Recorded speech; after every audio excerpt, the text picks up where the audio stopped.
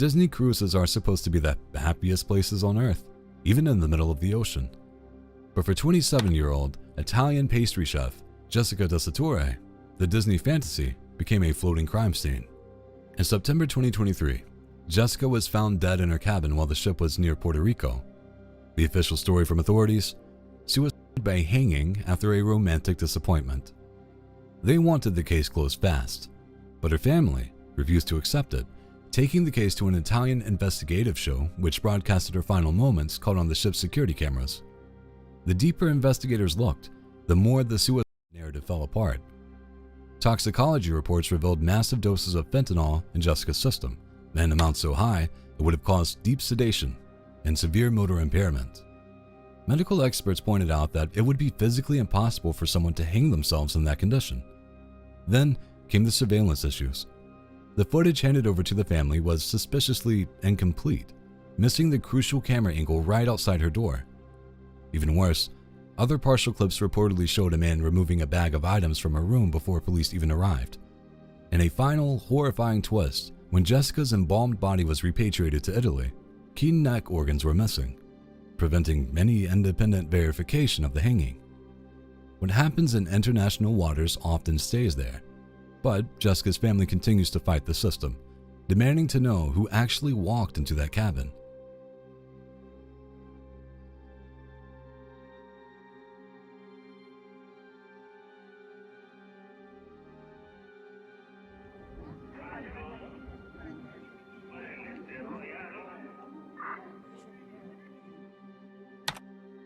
In April 2026, Julio Cesar Yasso Ramirez scaled the Pyramid of the Moon, an ancient pyramid at a UNESCO World Heritage Site in Mexico that was once used to perform ritual sacrifices of animals and humans.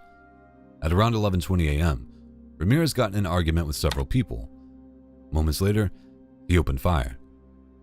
Ramirez then ordered a group of tourists to lie on the ground before walking away, reloading his gun, and returning to continue shooting, all the while being filmed by other tourists who watched on in disbelief.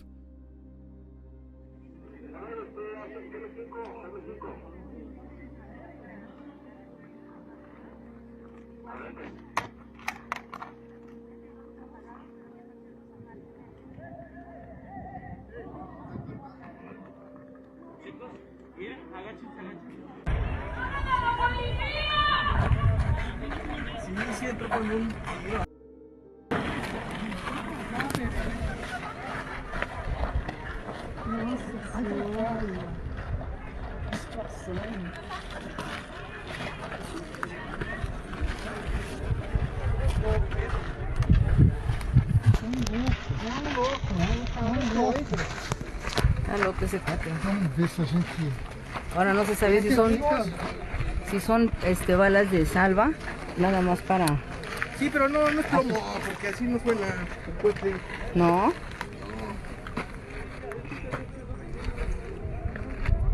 Esa madre es una más hueca. No, eso no es Será que se eu ligar? Liga para ela.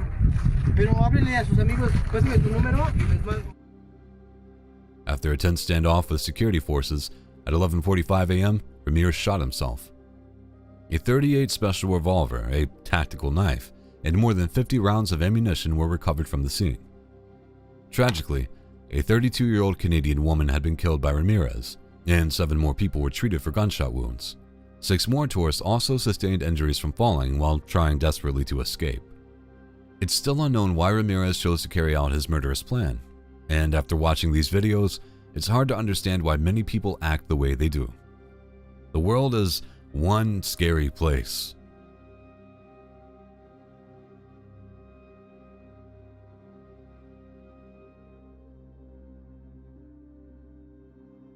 In October of 2022, a crowded night on the world-famous Las Vegas Strip turned into pure panic when a man armed with a large knife launched a violent stabbing spree in front of horrified tourists. The terrifying chaos was captured on camera as people screamed, ran for cover, and tried to escape the attacker moving through the packed sidewalk. The suspect, 34-year-old Yoni Barrios, was a Guatemalan national who approached a group of showgirls outside the Wynn Las Vegas.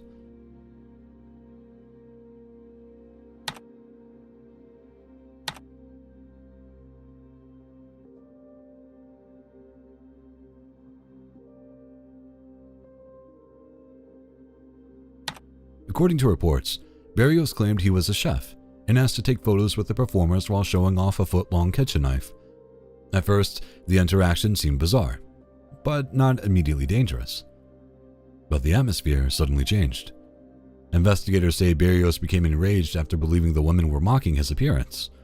Moments later, he chased after showgirl Maria Di Giovanni before fatally stabbing her in the chest. Another showgirl, Victoria Cayetano, was also injured in the attack and suffered a punctured lung.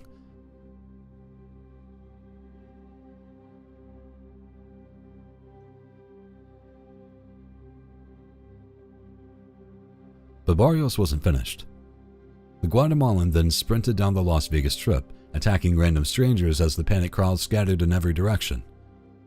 47-year-old Brent Howlett, a tourist from Canada, was fatally stabbed in the back during the rampage. He had gone to Vegas to celebrate an anniversary with his wife.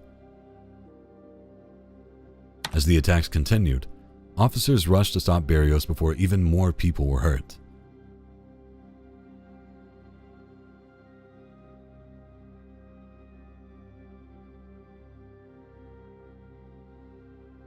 The horrific chase finally came to an end at the Venetian Expo across from the Wynn, where police tackled Barrios inside the convention center and took him into custody.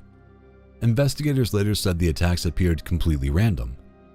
Barrios was initially charged with multiple crimes, including murder, attempted murder, battery with a deadly weapon, and an act of terrorism. He was initially ruled mentally unfit to stand trial and was sent to a state hospital for 2 years. But after being judged well enough to face justice, in April 2025, Barrios pleaded guilty and was sentenced to 2 consecutive life sentences.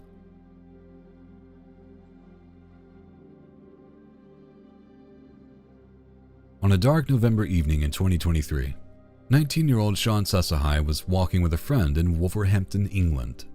What happened next was the stuff of nightmares.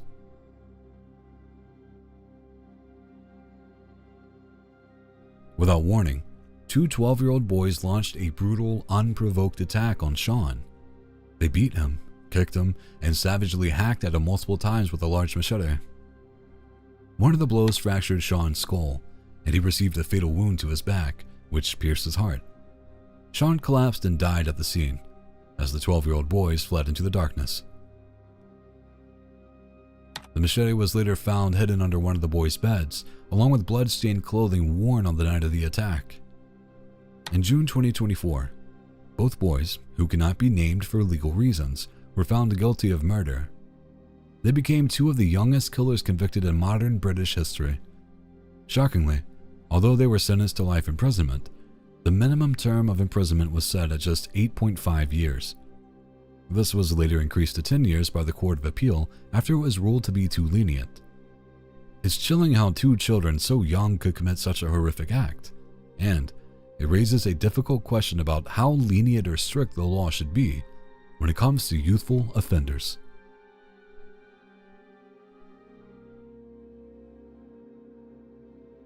In April 2026, Shakita Brown boarded the Red Line in Chicago during her morning commute. The train was typically crowded, packed enough that she had to stand, but what she didn't expect was for a man to invade her personal space in a way that was both disgusting and illegal. I believe I was sexually assaulted on the Red Line this morning. Shakita hopped on the L at 63rd Street, yet by the time she got to the 35th Street station, she could not believe what happened. It was crowded this morning, so I was standing up, and a guy brushed past me and groped my behind. She says the man didn't just touch her backside. He literally touched me. He grabbed me, like In between your legs. Yeah, like from my behind. Brown was shocked, but she didn't freeze in the moment. She immediately fought back. I started hitting him, and I said, "You don't touch me. Why would you put your hands on me?" She was traveling in the first car, the same as the conductor who radioed the police. I guess he's touching young ladies inappropriately. Frustratingly, the suspect was able to exit the train and run off before the police could arrest him. If there's anybody riding the mass transit on that red line, just be advised there is a male black with a tan jacket. He currently has been harassing some of the females. How do you prevent these sickening attacks from taking place in crowded public places? More police presence? The CTA last month says it plans to increase police hours by 75%, but Jahida says she didn't see a single officer. Whatever their tactic is, we need results. So you can threaten to hold back money, but at the end of the day, we need results. We need something to happen. I feel like they do need to go back to the drawing board. With the apparent lack of officers on public transport, at least in Chicago, victims like Chiquita Brown think that the right to carry guns could be a solution. But what do you think? They denied the appeal to bring your firearms on the train because we may need to have it because people would think twice. Whatever the solution is, something needs to happen to put perverts behind bars and make public transport safe again. Now, officers did meet Chiquita here at the Clark and Lake station when that train arrived, but as of right now, that guy is still on the run.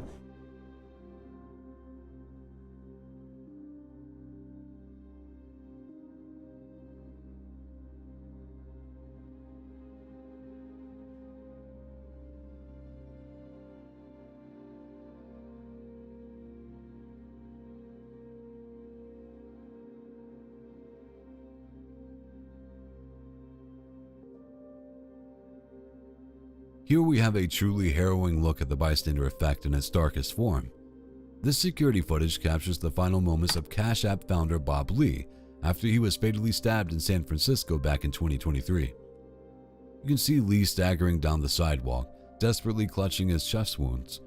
He repeatedly attempts to flag down passing cars, practically begging for someone to stop. Instead, the drivers just speed away into the night, leaving him to collapse alone on the pavement. By the time authorities finally arrived, it was too late. It's absolutely chilling to realize that even when you're dying in public, human apathy can still win out.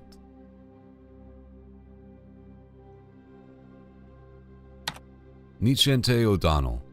In 2026, she uploaded a disturbing video in which she made a chilling confession. Hey, loves.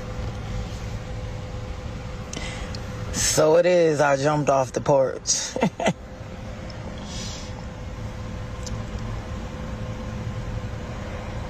I know y'all looking for me. I would like to report a crime, officer. The Maryland police, you're looking for me. It's me. I'm the one that did the shooting at the gas station. The Most High God, I just want you to know you have no authority on my earth. Put your badges down. I'm getting ready to rob something right now because I need money for gas because I'm going to go burn something down. I want you to know I don't buy things. I don't pay for anything. Everything I do, I steal. I walk in the store. I steal everything. I shot that man because he has a demon spirit and he laughed in my face and thought it was funny. I bet he ain't laughing now. Yeah, I'm of sound mind. Correct me if I'm wrong, but I don't think this woman is of sound mind, as she claims. She's calmly confessing to having shot a gas station employee in an attempted robbery that took place on April 17th. And that's not all. What she says next doesn't sound very sane to me. Demons have you convinced that they have all the power and authority on this earth, and they have these pigs that uphold it and make you believe that they're so powerful. But if they're so powerful, then they should have no problem catching me because I'm about to walk into a Starbucks. Hopefully I don't even have to pull out my gun and tell the person to give me some money so that I can go burn something down tonight. Something, maybe the power company, maybe DHS, something. You have no authority on my earth. I am the Most High God, the creator of this matrix, and you have no authority. My husband, Jesus, is here. I am of sound mind and body. I've been working myself up to this point, and I'm about to step into my power. You have no authority on my earth. Pigs, put the badge down or go to hell. O'Donnell uploaded this video days after the shooting, and in it, she makes some alarming threats to carry on her criminal ways. Yes, I am armed and dangerous. What are you gonna do? They're gonna try to convince you that I'm just crazy or that I'm lying and I'm not God. But if I'm not God, then and I'm just crazy, you should have no problem apprehending your suspect. I don't have my mug shot yet, but I'm in the camera shot of it, but I'm pretty sure they're going to put it in a news article. I am God of this earth. This is my planet, and you have no authority at all. Good day. The 46-year-old continues to taunt the police, claiming to be God of this earth and saying that she can do whatever she wants. Unfortunately for Shantae O'Donnell, she was wrong. O'Donnell was arrested in New York on unrelated charges, and her video, as well as surveillance tapes, helped connect her to the gas station shooting, which took place in Maryland. Thankfully, the gas station employee survived the shooting but is reported to be in serious condition. O'Donnell now faces a series of charges, including first and second-degree attempted murder, assault, armed robbery, and handgun offenses. I wanted she'll change her tune about being of sound mind and God of this earth when she appears in court.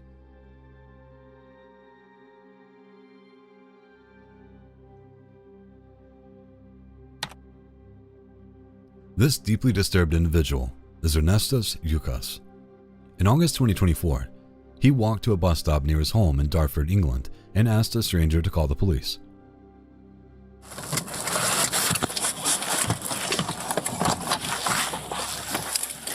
All right.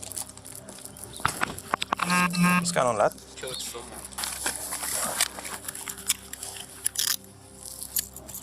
What do you mean you killed someone? Who have you killed, mate? Friend of my mom. A friend of your mum's. Where are they? In the house. In the house.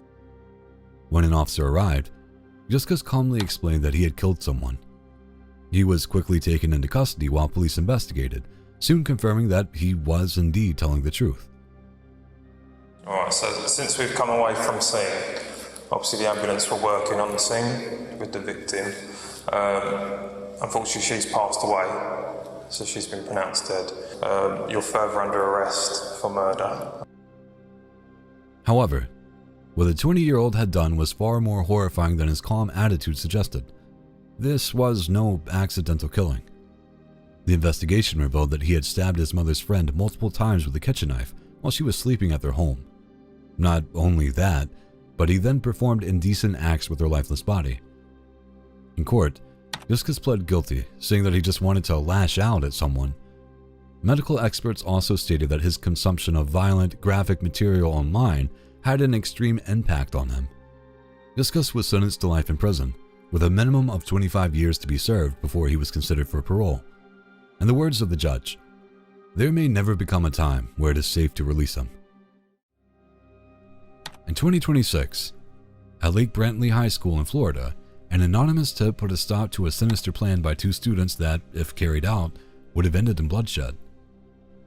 The two plotters sitting at the back of the patrol car are 15-year-old Isabel Valdez, who identifies as transgender and goes by the name Jemmy, and her best friend, 14-year-old Louis Lippert.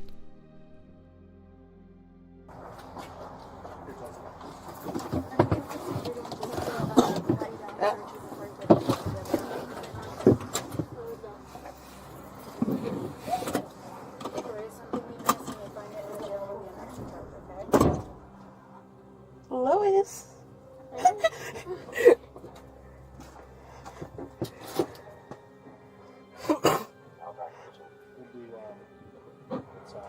Okay, perfect. Report-wise, it just says just it's trained student transport. Okay. 99% sure at least. Let me talk to church. There's a narrative that's in it right now, but it's just the first contact. So I'll just tell them it's just. Excuse me. Okay. You got the Excuse me. report info? Can you put my shirt Website? down? It's there. It's not. Start working on that? Is that better? Yeah. And they're we'll go through the report. Good? Yeah. All right. Can I have a seat, please? Are we gonna be in the same one? What do you mean, same one? Same jail? Yeah. Go ahead. Yay!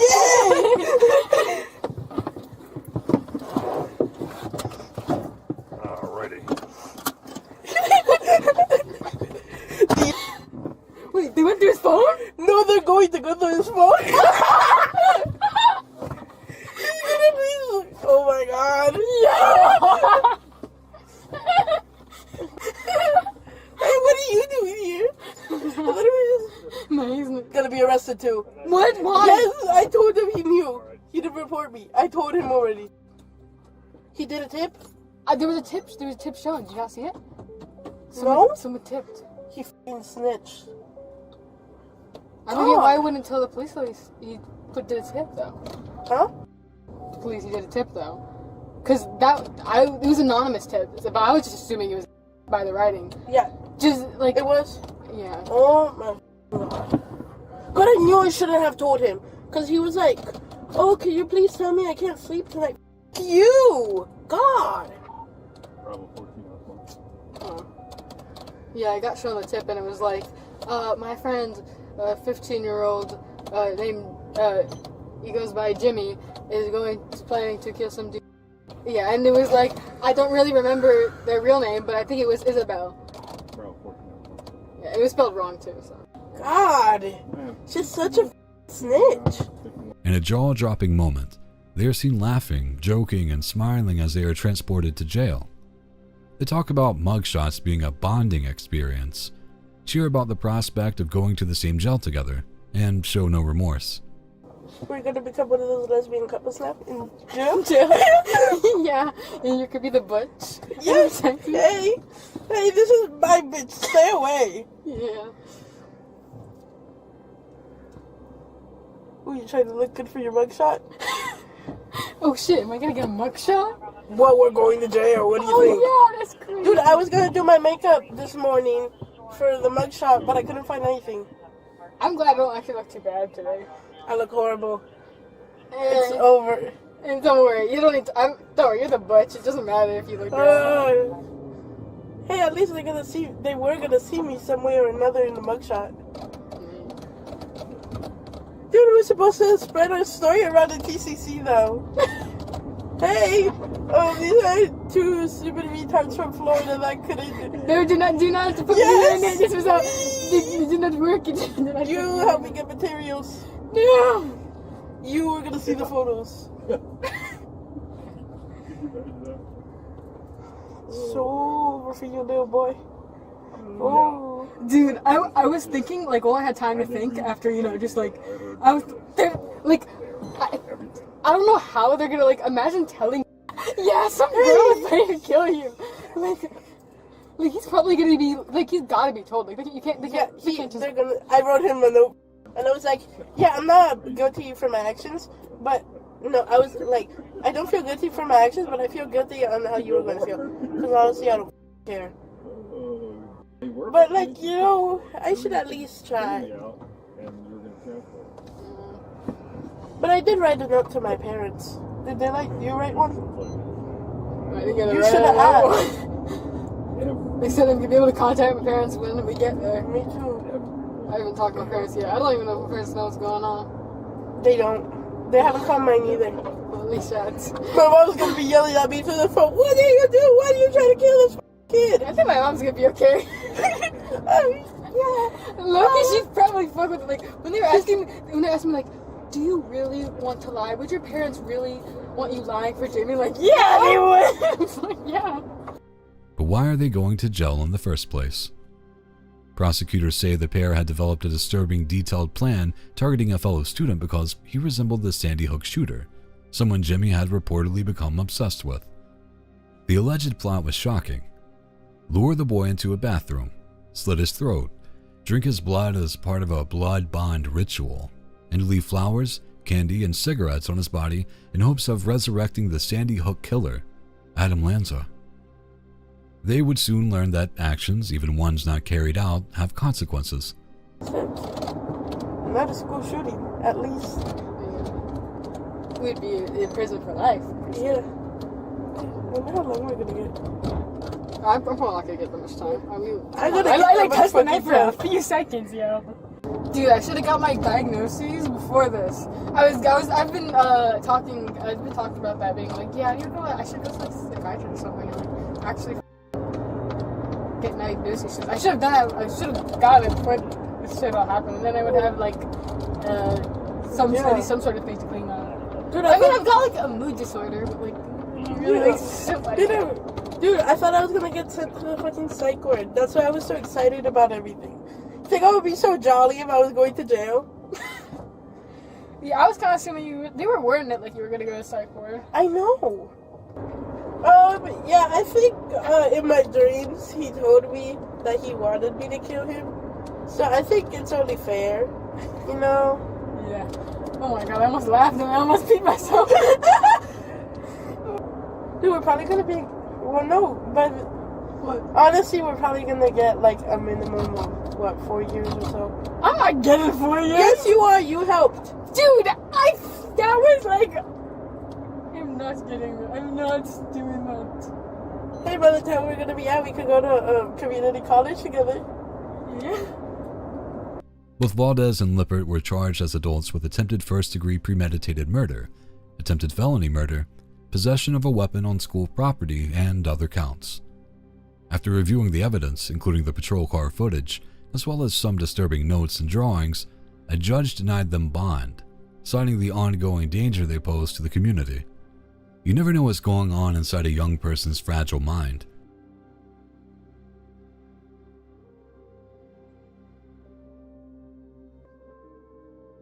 On October 9th, 2020, police in Texas pulled over a 27-year-old woman for speeding and driving erratically. The woman, identified as Taylor Renee Parker, claimed to have a good excuse. She explained to the officers that she had just delivered a baby on the roadside and that the newborn wasn't breathing. Both Taylor and the baby were rushed to a hospital, where doctors immediately noticed that the woman's story didn't quite add up. What's your name? Taylor Parker. Taylor, hey, my name's Chad Sansby. I'm a OSBI agent up here, and I heard you brought your baby in. Did you give birth on the side of the road or something? Yes, sir.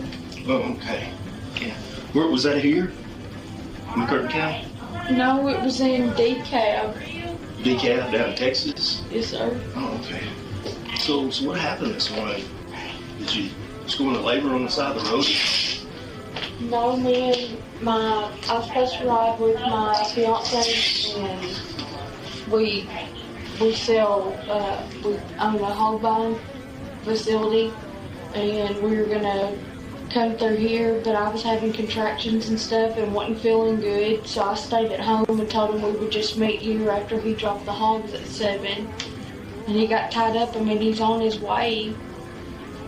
Okay. Now how did you get here? Did you drive yourself? No, an ambulance brought me. You? Yes, like that. Oh, okay. As you may have noticed, the people questioning Parker aren't doctors but investigators. Parker had initially refused to allow doctors to examine her. This, combined with her appearance and medical history, caused doctors to raise the alarm. The nurses said that you weren't going to let the doctor check you to make sure you weren't hemorrhaging or anything. They did an ultrasound. The hemorrhaging is the bleeding, whether you're passing clots or not passing clots. It's really good to have you checked for that, because I know I was passing massive clots and they were about to start giving me blood. That's why they're wanting to check out, any damage, and check to make sure you're not bleeding inside internally. That's why they're wanting to make sure. Well, that's okay, that's fine. I didn't know it was a big deal not to want the guy to do that. No, I mean, if you don't want to, that's up to you, but that's why they're wanting to check, just to make sure. Make sure you're okay. Yeah, I mean, that's a big deal. I mean, you've got blood all over you and all over your fingernails, and I mean, that's a pretty intense thing. Happening on the side of the road? Yeah. It's scary. You want to make sure you're okay.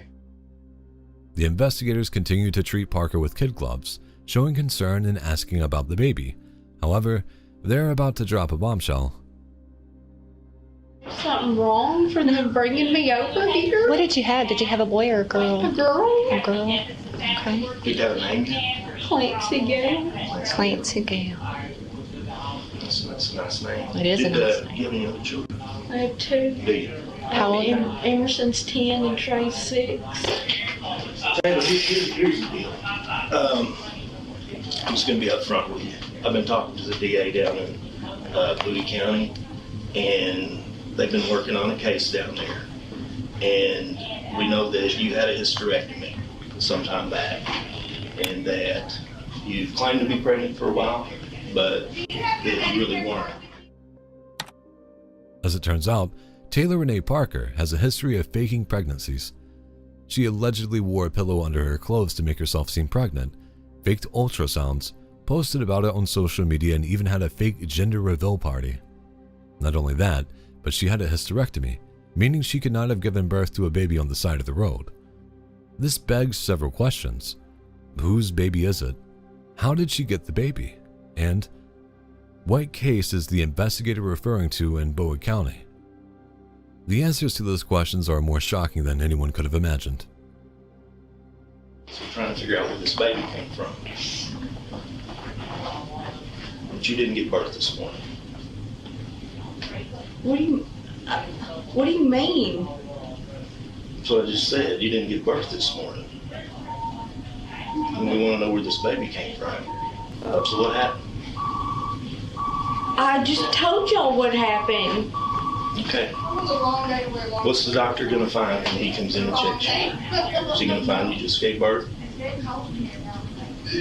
can tell. When he looks, he can tell in about a second if you gave birth or not. Okay. Taylor remains defiant when confronted by the investigator, but he's about to reveal the final sickening piece in a puzzle that defies belief. Taylor, you found a woman this morning on the side of the road, and her baby has been removed from her body.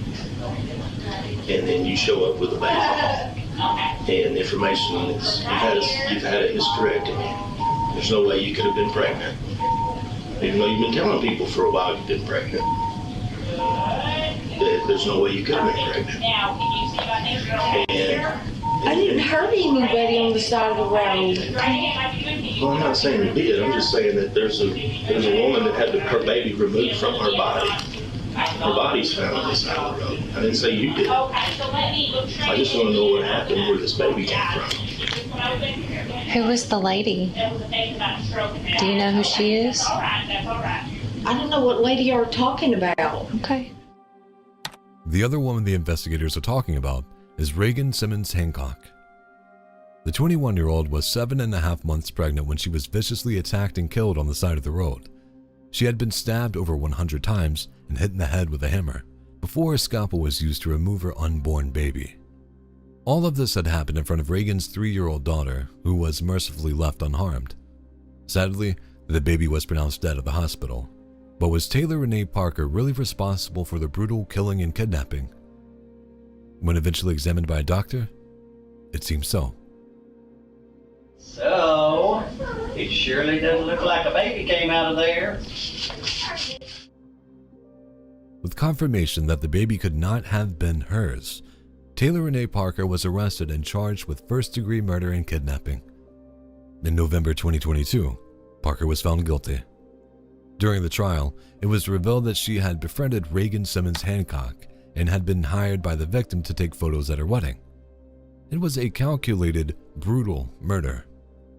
Taylor Renee Parker was sentenced to death and currently remains on death row.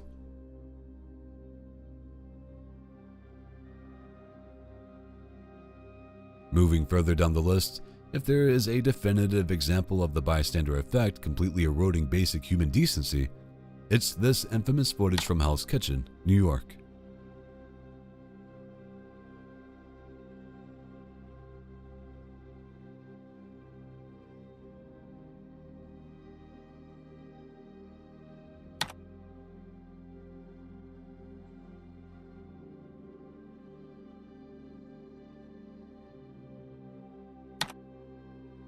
A 65-year-old Asian American woman was violently assaulted on the sidewalk by a stranger spewing racial slurs.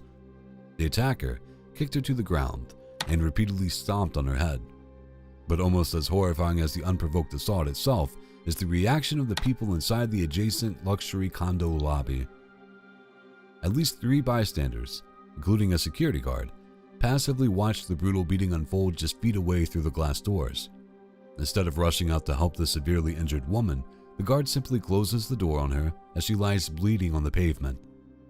Sometimes the worst of humanity aren't just the ones throwing the punches, but the ones who watch and lock the door.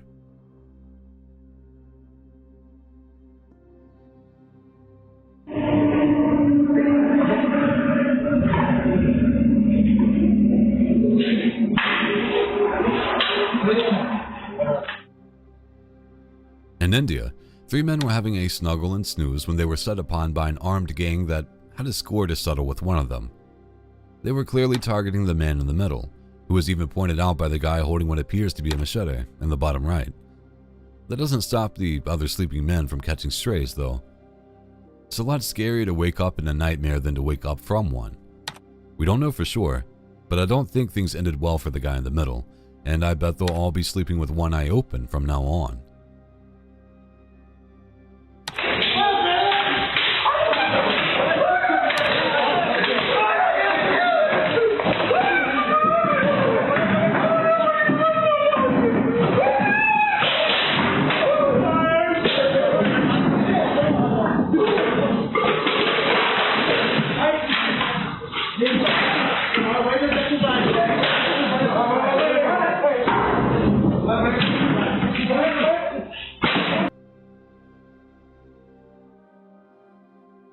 When you board a cruise ship, you're essentially stepping onto a floating piece of international jurisdiction.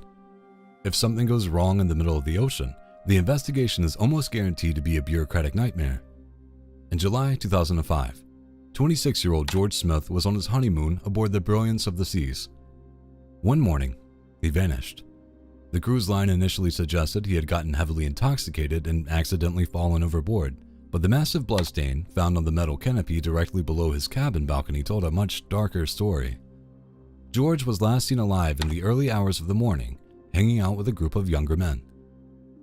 You'd think a disappearance at sea would have people on edge, but the morning after George vanished, 3 of these men sat in the ship's dining room and filmed themselves eating breakfast. The FBI eventually obtained the tape.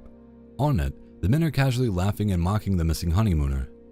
Then, the camera focuses on one of them who utters a phrase that should have immediately resulted in handcuffs. "We gave that guy a paragliding lesson without a parachute." If that wasn't enough, another flashes gang signs and boasts, "Told you I was gangsta."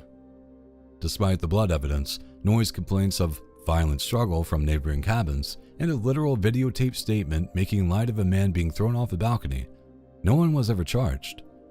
The FBI officially closed the investigation 10 years later. To this day, the men on that tape walk free, and George's family is left with nothing but an unsolved mystery.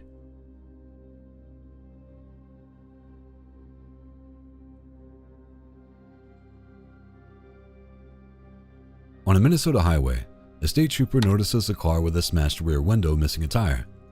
After pulling over the driver, a closer inspection of the car leads to a much more disturbing find.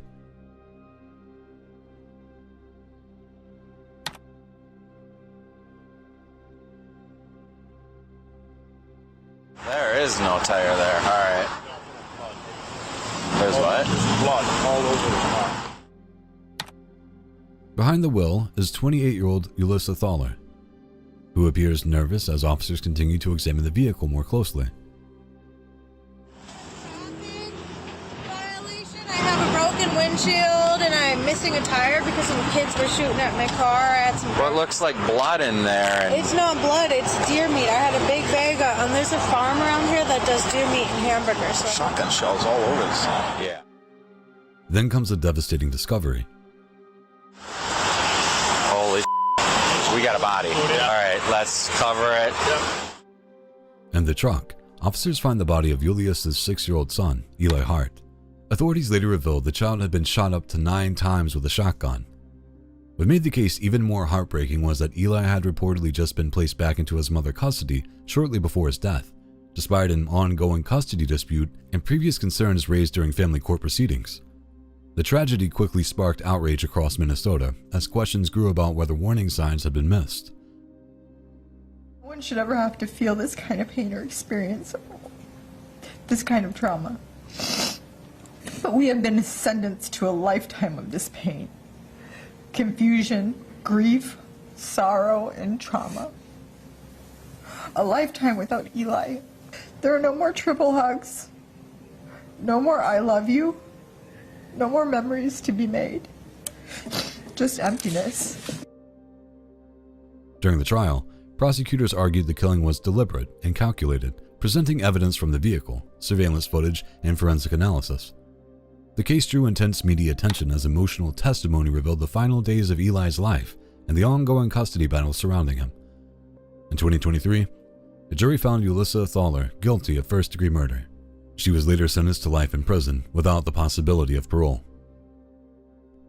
In 2022, 2 teenagers from Washington State were arrested after committing a violent robbery at a pawn shop. They allegedly pistol-whipped customers, pointed guns at people, and fired shots to force victims into following their orders.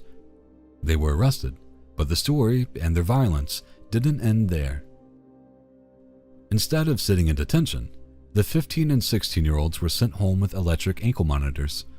Days later, both teens simply cut the monitors off and disappeared. Somewhere along the line, common sense got replaced with the fantasy that violent offenders would just quietly follow the rules because the bracelet on their ankle told them to. Unsurprisingly, 2 teens, along with a third suspect, continued their reign of terror and went on a spree of armed robberies. During one of the robberies at a weed store, they shot and killed 29-year-old employee Jordan Brown. 16-year-old Montreal Hatfield, along with his 15-year-old associate, were re-arrested and charged in connection with the robberies and murder.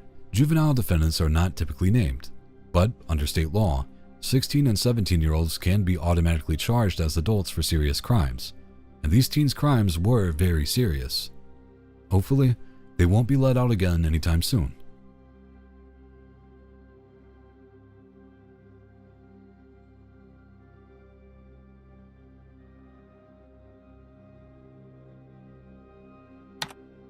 On March 24, 2015, bailiffs arrived in an apartment in Detroit's east side to serve a routine eviction notice. The woman being evicted was Michelle Blair, a name that would become infamous after bailiffs made a horrifying discovery in her freezer. How long has Stephen been in the freezer? I want to say 2 years. How long has Stoney been in the freezer? About 1 year. She died May 25th, but I don't remember the year. It's a blur. Stephen, aged 8, and Stoney, aged 15, were both Blair's children. They had been found in the freezer, wrapped in plastic bags. Authorities quickly determined that the children had been in there for a long time. Not days, not weeks, but years. What makes this even more chilling? Blair had continued living in that same apartment with 2 other children, all while the freezer holding their deceased siblings sat inside the home. Michelle Blair was quickly arrested and charged with murder. Everybody want to know? Yes, I did kill her! That's Michelle Blair in court last Thursday, where the state is asking the judge to terminate her parental rights to 2 living kids, a 17-year-old daughter and an 8-year-old boy. Investigators believe that Blair killed her son in 2012 and her daughter in 2013. Some neighbors later say the children had simply disappeared from the neighborhood. The children weren't attending school and were largely kept out of public view, which helped the situation go unnoticed. But why and how could a mother do this to her own children? In her confession, she says she killed 15-year-old Stoney Ann Blair and 8-year-old Stephen Barry because they were harming her youngest son since he was in diapers. As if the case couldn't get any more disturbing, investigators uncovered a sickening pattern of torture and abuse leading up to the children's deaths. According to Blair, she had to severely punish the kids, ultimately taking their lives because they were allegedly harming one of her other children. In a confession from prison, Blair explained how she had also suffered while growing up, and she felt she needed to teach her children a lesson. Can you talk me through the type of abuse that you had to suffer as a kid? You mean sexual abuse? If that's what happened? That definitely did happen to me. That's why I know exactly how would have grew up.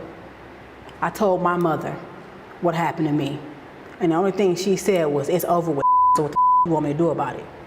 What do you mean what I want you to do? You get what I'm saying? So all I could do is go back and sit in my room and just sit there and look stupid. I'm a kid, and I'm just telling you what happened to me. You didn't do about it. And plus, I still had to see the person coming in and out my house. You're still friends with that person. So do you believe that the violent person you went on to become you were a product of your own childhood? I mean, everybody have choices, so I can't just blame all that on my mom because I was still an adult. Maybe I should have tried hard to get over that. But anybody who knows me, that touching the kids, the molesting, that no. It's clear that Blair's own experiences had a devastating impact and affected how she acted as a parent. And as heartbreaking as it is to see the cycle continue, it's hard to sympathize with anyone who has done what she has done. Is she at least remorseful? I used to tell her, rape is the worst thing you can do. Just I tell her all the time. They used to make me feel like I was nothing. It made me feel like I wasn't. You turn around and you do that to my son, you knew exactly what you was doing to him. She knew exactly what the she was doing to him. So yeah, I don't care what anybody think. She had to go, period. While facing 2 life sentences for a children's murder, Blair appeared in court again after assaulting a prison officer.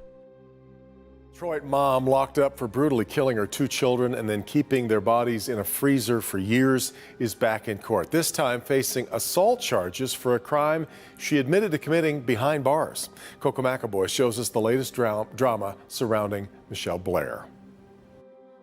Anything that you'd like to tell me before I impose sentence, Ms. Blair?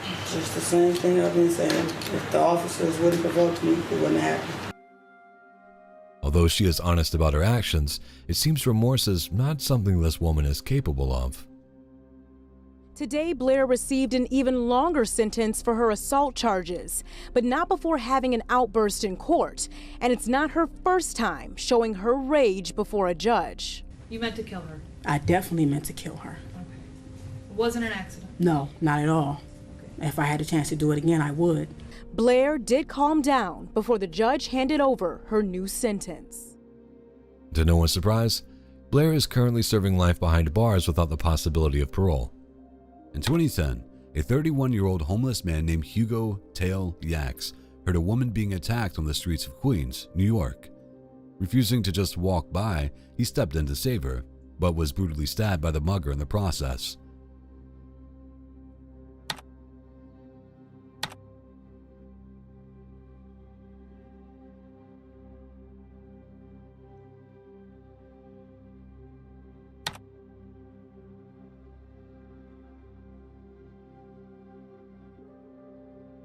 What happens next is enough to make you lose your faith in humanity entirely.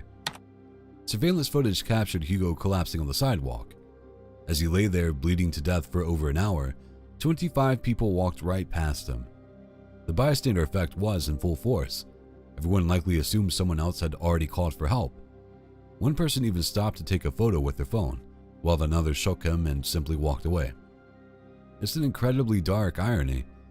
Hugo overcame the bystander effect to save a stranger's life, only to die, because nobody was willing to do the same for him.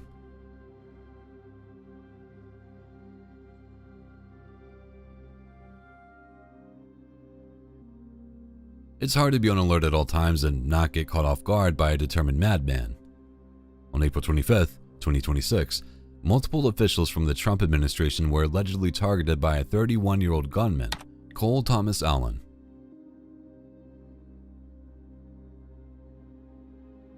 Security camera footage taken from the correspondence dinner shows Allen rushing the security checkpoint.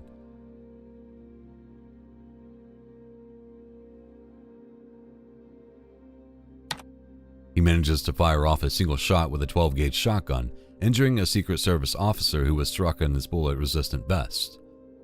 The Secret Service officer returned fire but didn't hit Allen, who was quickly taken down by other officers and arrested.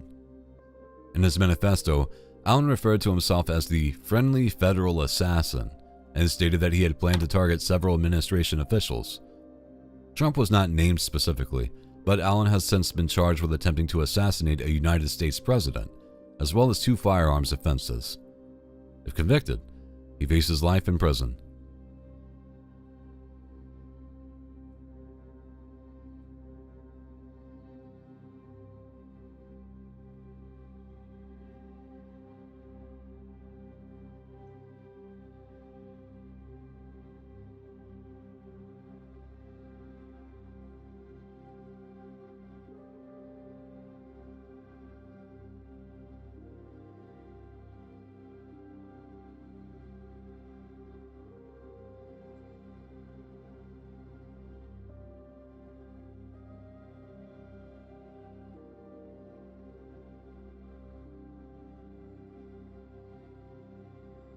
Cruise ships are essentially floating cities, but they come with a terrifying catch.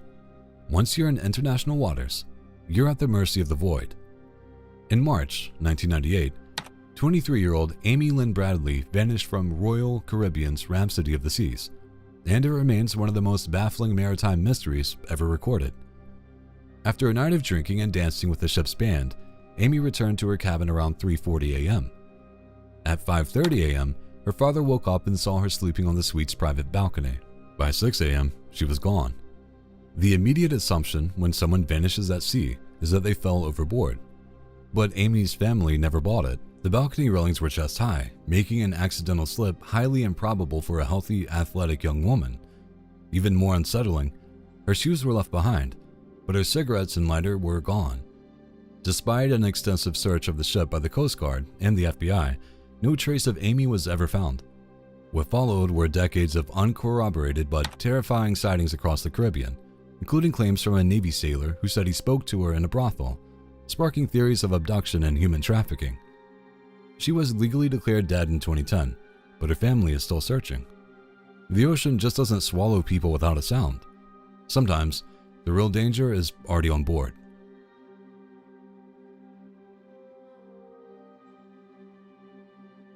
Picture the scene. A young teenage girl living near Naples in Italy decides she's had enough. She ends a turbulent relationship with her older boyfriend because of his controlling and violent behavior. She just wants to move on with her life, but the boyfriend refuses to let her go. That was the situation faced by 14-year-old Martina Carbonero. On May 26, 2025, she met up with her ex, 18-year-old Alessio Tusi. But what should have been a conversation turned into a nightmare no parent should ever have to face.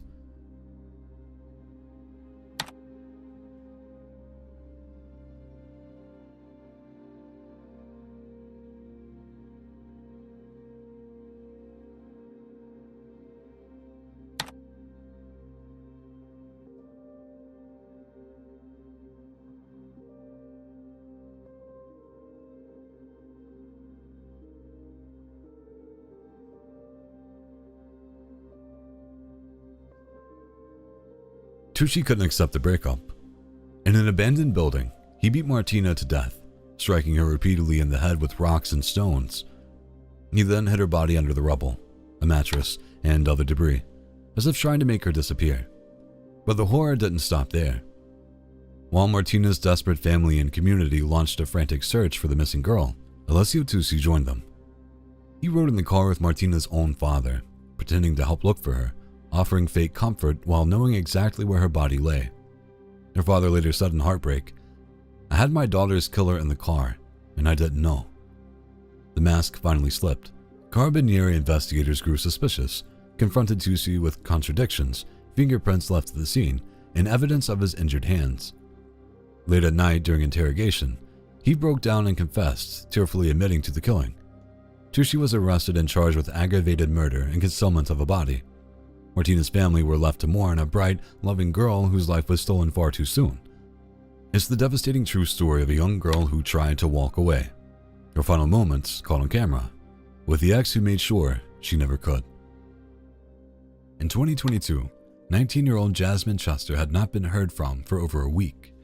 Growing increasingly worried, her friends and family requested a wellness check. On May 27th, officers arrived at the teenager's address in Columbus, Ohio, and made a heartbreaking discovery. Here's the thing. She said that the female that we're looking for... Jasmine something with 5'3", 130. Yeah, the last time she was heard from was a week ago on the 19th. She had sent an Instagram photo with her and a girl that she used to be friends with. And I guess a year ago, this friend of hers threatened to kill her with a gun. Actually, it's right here. So... she said to look around, see if we find anything. Said that she might be dead inside because the rumor is that she got shot and killed in here. Ooh, here's a strike. Cato.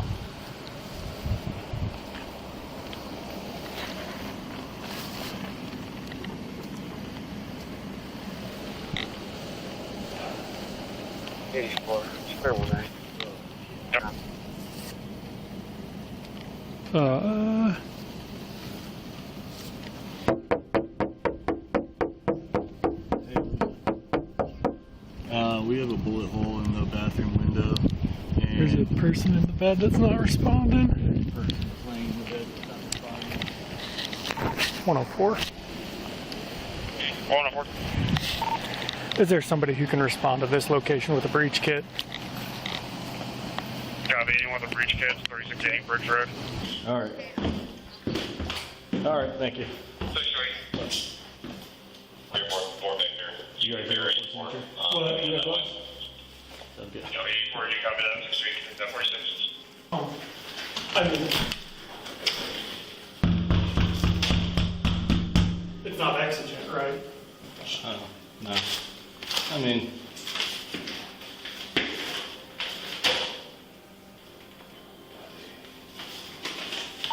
anyway, she said that the family knows that the girl that she was with on the 19th was there now. She said the last time they heard from her was the 19th from that Facebook post or Instagram post or whatever.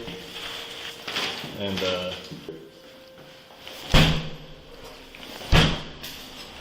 Police! Police department, make yourself known!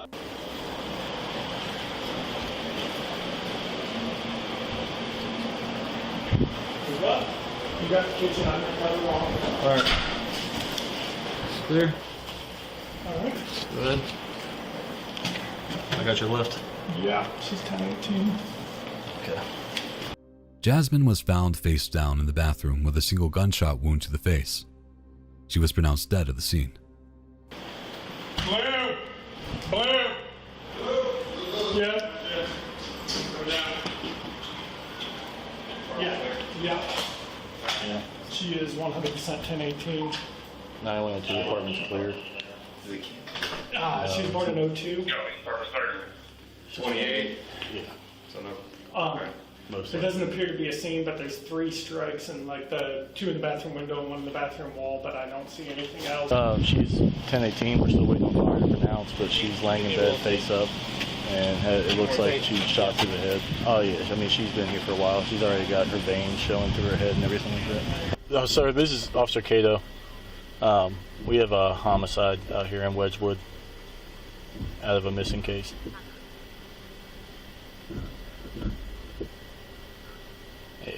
Yeah, we went out there to check on her, and we saw bullet holes through the bathroom window, and then we were able to see a body in the bed from the outside, and we kicked the door, and Engine 12 just pronounced it 1210. It didn't take long for investigators to start connecting the dots. A week before, surveillance video captured Nachila Halton, also 19, entering the apartment with Jasmine at around 2:10 a.m. Halton left her alone later that morning. Jasmine never came out.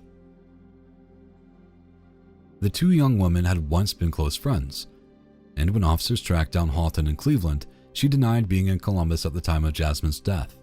However, the video evidence, as well as vehicle information and other leads, proved she was lying. Halton was arrested and charged with murder. In June 2024, she pleaded guilty to voluntary manslaughter along with a firearm specification. A judge sentenced her to between 14 and 19.5 years in prison. The exact circumstances or trigger for the fatal shooting were never made public. No clear motive was detailed in official releases or mainstream reporting, leaving everyone to wonder what could have escalated so tragically between 2 former friends that night. Even more haunting is the fact that Jasmine was a mother. She left behind a 2-year-old boy who thankfully was staying with a babysitter when the tragedy unfolded.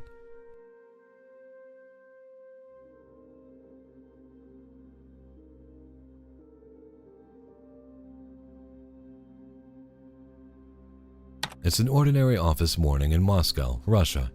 Employees arriving, coffee cups on the desks, computers flickering to life. Nothing unusual. Until one of those employees comes in carrying something no one expects. Dmitry Andreevich Vinogradov strolls into the warehouse office of the Regla Pharmaceutical Company. Hidden under his clothing are 2 semi-automatic shotguns, a Vepr 12 and a Brunelli M3 Super 90.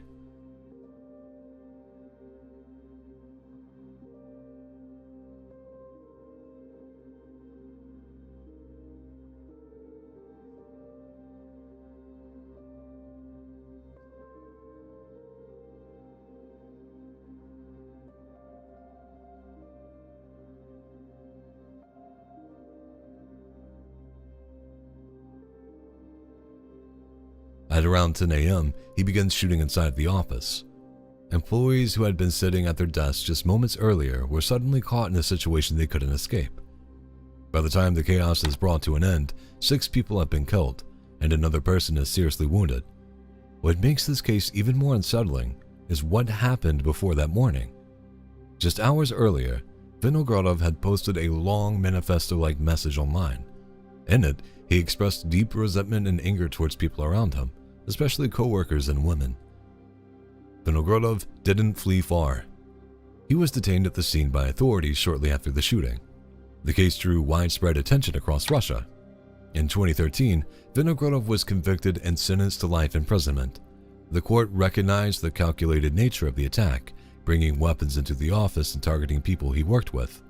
Attacks like this are terrifying because they shatter the assumption that the people around you, the ones you see every day, are safe.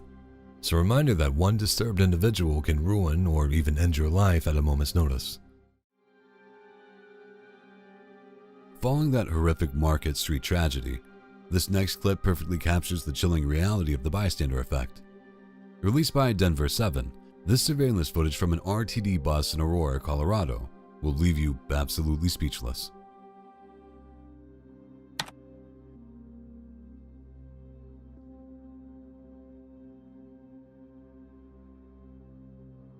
This video shows a man suffering a fatal medical emergency right in his seat. As he slowly slumps over and loses his fight for life, you would expect a massive commotion. You would expect someone to scream for the driver to pull over or to rush to his side to perform CPR. Instead, the fellow passengers do absolutely nothing. They just sit there, wrapped up in their own worlds, occasionally glancing over as the man literally passes away just inches from them. His family was left completely devastated, forced to ask the public why nobody bothered to lift a finger.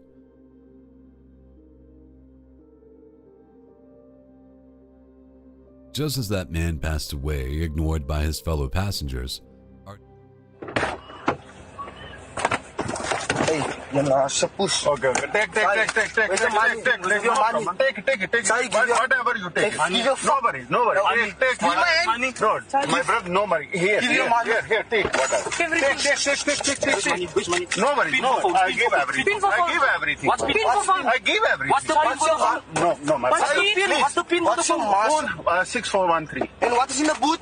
Take it. Check. What is open the boot? Open it. I'm gonna open it. You wanna? No, don't. What do you have in your pockets? Nothing. Say. If I have, I give you. I have. Say. My brother, if I have. Let me see. Nothing. Check. Take everything. In Cape Town, this Uber driver became another victim of the IGB gang. Surrounded on all sides and with a knife pointed at him, he had no option but to let the gang rob him of his belongings. The driver pleads with them to take whatever they want, offering no resistance and even giving them the passcode to a cell phone. However, it is what happened next that caused the video to go viral. Salam.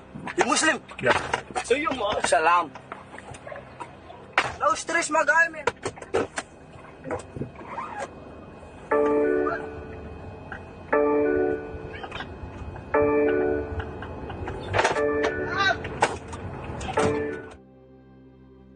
After stealing everything they could from the man, one of the robbers returns and asks the driver if he is Muslim. The driver confirms that he is, and the robber shakes his hand. This may have saved the driver's life, as the tension seems to dissolve and the robber leaves him to drive off. The robber can even be heard saying, "No stress," as the driver pulls away, although I doubt this did much to actually calm the driver's nerves. The video was shared widely online, and it eventually helped police track down the robbers and recover the man's stolen phone. My only wish is that the officers had told the thieves, "No stress," as they were being arrested.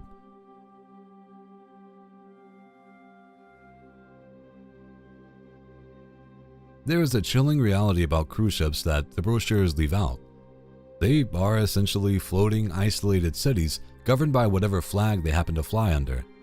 When things go terribly wrong in international waters, the initial investigation is often controlled by the very corporation that owns the boat. In March 2011, 24-year-old youth worker Rebecca Coriam vanished without a trace from the Disney Wonder as it sailed off the Pacific coast of Mexico. The official explanation provided by the cruise line was simple but tragic.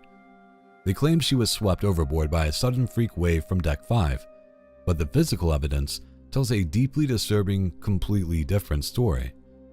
Exclusive CCTV footage, which was initially kept from the public, captured Rebecca's final known moments.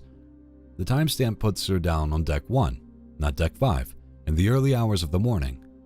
In the haunting video, Rebecca is visibly distressed, holding her head in her hands in despair while speaking on an internal ship phone. A male colleague even briefly stops to put a concerned arm around her. Most unsettling of all, investigators noted she appeared to be wearing oversized men's pajamas, nervously pulling out the unfamiliar fabric. After hanging up that call, she walked out of the camera's frame and was never seen again.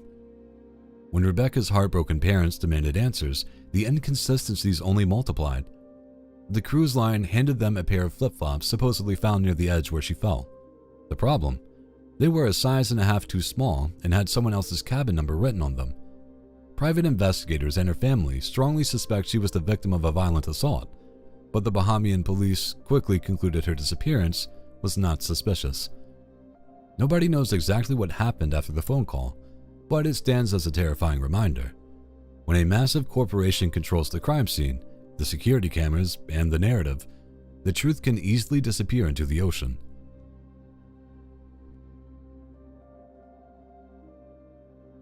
A 14-year-old girl walks alone in the streets of Leicester, England. Out of nowhere, a man approaches her, starts chatting, and gains her trust. Then, he leads her down the darkest path imaginable. That man was 30-year-old Alois Rezek. On 15 July 2023, he befriended the girl, bought her food, and even took her to the cinema. But Rezek had evil intentions. He then took her to her guest house, supplied her with alcohol, and forced himself upon her physically.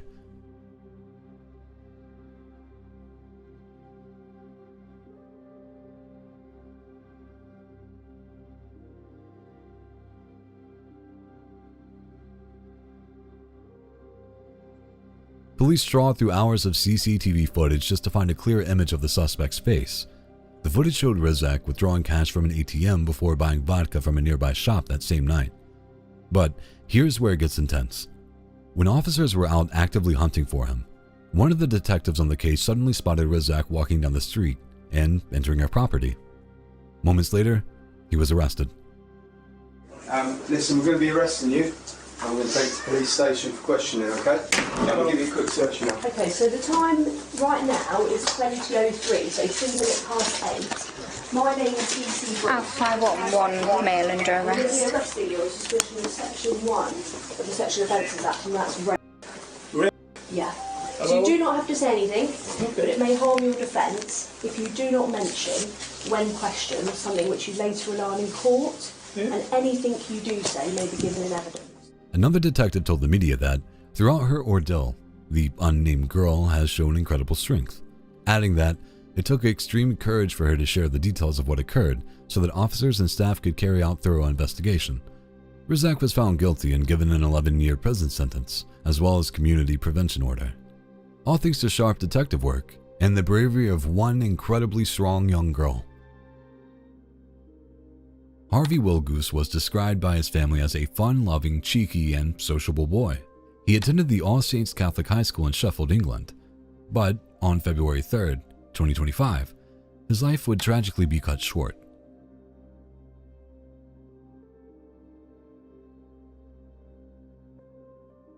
That day, cameras captured Harvey and other students enjoying their lunch break, laughing and chatting.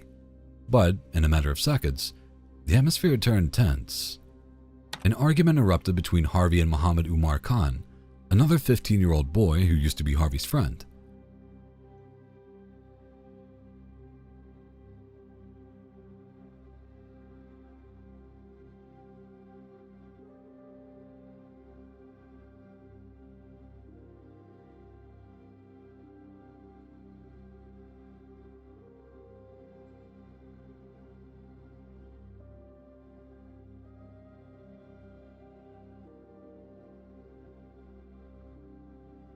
The situation should have been resolved with words, but Khan had other ideas. Khan had carried a knife into school that day, claiming it was later for protection. Horrifying footage shows him pulling out the 13-centimeter serrated blade before stabbing Harvey twice in the chest. One wound pierced right through the young boy's heart. Harvey collapsed in the school courtyard in front of terrified classmates who fled in panic.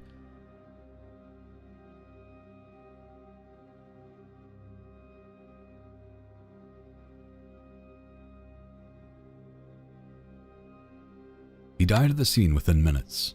After a trial at Sheffield County Court, Muhammad Umar Khan was found guilty of murder, having previously admitted manslaughter. The judge made it clear. Khan took the knife to school, intending to use it as a weapon. An independent review also uncovered over 130 red flags about Khan's behavior that the school had allegedly missed. Khan was sentenced to life detention with a minimum term of 16 years.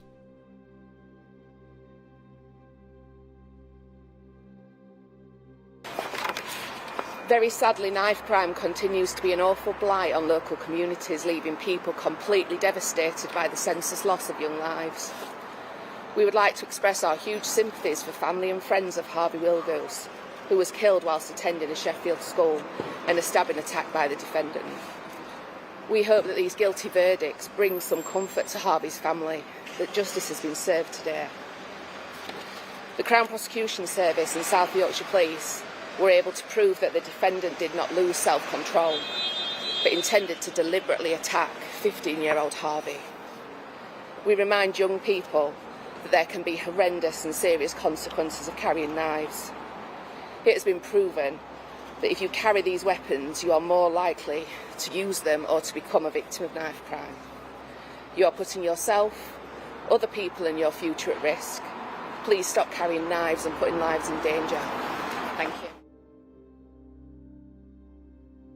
A bizarre murder playing out on social media. A Miami man has been charged with killing his wife after posting a picture of her bloody body on Facebook. Derek Medina turned himself into police yesterday, telling them that he shot his wife. Earlier, a picture of a woman slumped on the floor appeared on his Facebook page, along with a post saying he's going to prison for killing her. He also claimed his wife was abusing him. In August 2013, Derek Medina and Jennifer Alfonso were in the midst of a volatile relationship. Arguments had been escalating, and Jennifer had expressed that she wanted a divorce. Medina was apparently controlling and unstable, which caused a lot of tension between the two. Then, on August 8, 2013, one argument turned deadly. During a domestic dispute, Medina pulled out a firearm and shot Jennifer multiple times, killing her. Alfonso's young daughter was also in the house at the time, but was not physically harmed. What made this case even more deranged wasn't just the crime itself. It was what happened immediately after. Medina took a photo of his wife's body and posted it to Facebook. Alongside the image, he wrote a message admitting to the killing and claimed it was the result of ongoing abuse and conflict. That is a strange thing. Oh my gosh, this is such an incredible Social media story. taken to like a totally new level. Yeah, well, there were friends who were responding to this saying, what's going on? She's my friend. Is this true? What did you do to her? And it took authorities 5 hours to take this page off of Facebook before, I guess before somebody reported it and they realized what was going on and that it was serious and they went and I mean, that's the kind of thing that would get smiley faces and likes because you think he must be kidding. He said his wife was punching him. He's not going to stand anymore with the abuse, so I did what I did. I hope you understand. After posting the image, Medina left the home and later turned himself into the police. He was arrested and charged with murder. In 2017, Medina was convicted of second-degree murder and sentenced to life in prison. The court rejected his claims of self-defense, and prosecutors emphasized the sequence of events following the shooting as evidence of intent and awareness. Please be seated. Mr. Medina, with the jury having found you guilty of second-degree murder, the defense requesting a PSI? Yes. Okay, so a PSI will be... Juror number 1100, initials M. Juror number 1396. Agreed. Our society has relied upon juries for consideration of difficult cases such as this.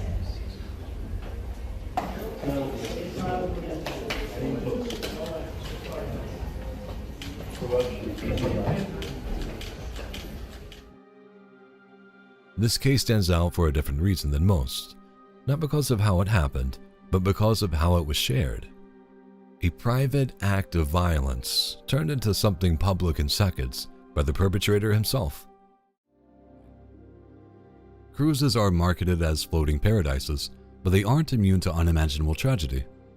Security footage from a Royal Caribbean ship captured one of the most heartbreaking incidents at sea.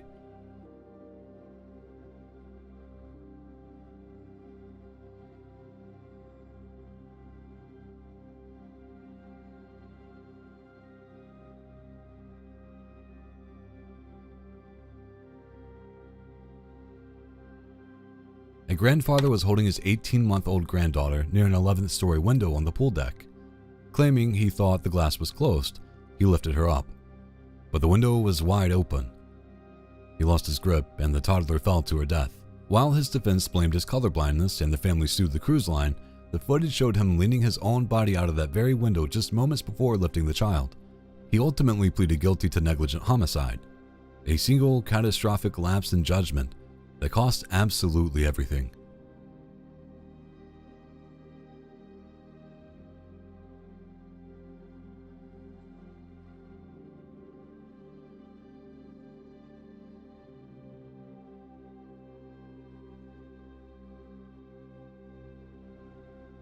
Just before 9 a.m. on a Sunday, a family of 3 was crossing the street in the central end of St. Louis.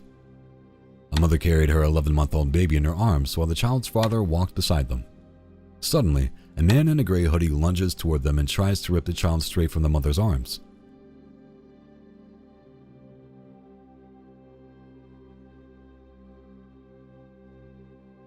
The mother desperately clutches the baby as the father immediately fights back, forcing the attacker away before chasing him out of the frame. According to police, this shocking encounter was only one part of a much larger rampage unfolding across the neighborhood. The suspect was identified as 19-year-old Anthony McGee. Investigators say just moments before the attempted child snatching, McGee allegedly attacked another woman with a glass bottle. Witnesses tried to stop him from escaping, but police say he broke free and then targeted the family crossing the street. And the violence didn't stop there. Police say McGee continued down the block, where he allegedly attacked an 82-year-old woman, breaking both of her arms during the assault. Residents nearby began calling 911 as panic spread throughout the area. Officers arrived quickly, and the suspect tried not to run but was finally taken into custody. Alarmingly, police in a nearby district had arrested McGee just 2 weeks earlier after he was accused of punching a person walking down the street. In that case, he was charged with a misdemeanor and released. For his latest crimes, McGee faced multiple serious charges, including assault, kidnapping, child endangerment, armed criminal action, and resisting arrest. The attacks took place in 2023, so we can only hope that this time, the charges stick. Most people are likely to get a little frustrated when their food order is wrong, but is it worth taking a life over? Hopefully, you've answered no. But in the mind of 19-year-old Tiana Evans, a mistake at McDonald's was unforgivable. I had the shoes in the stove.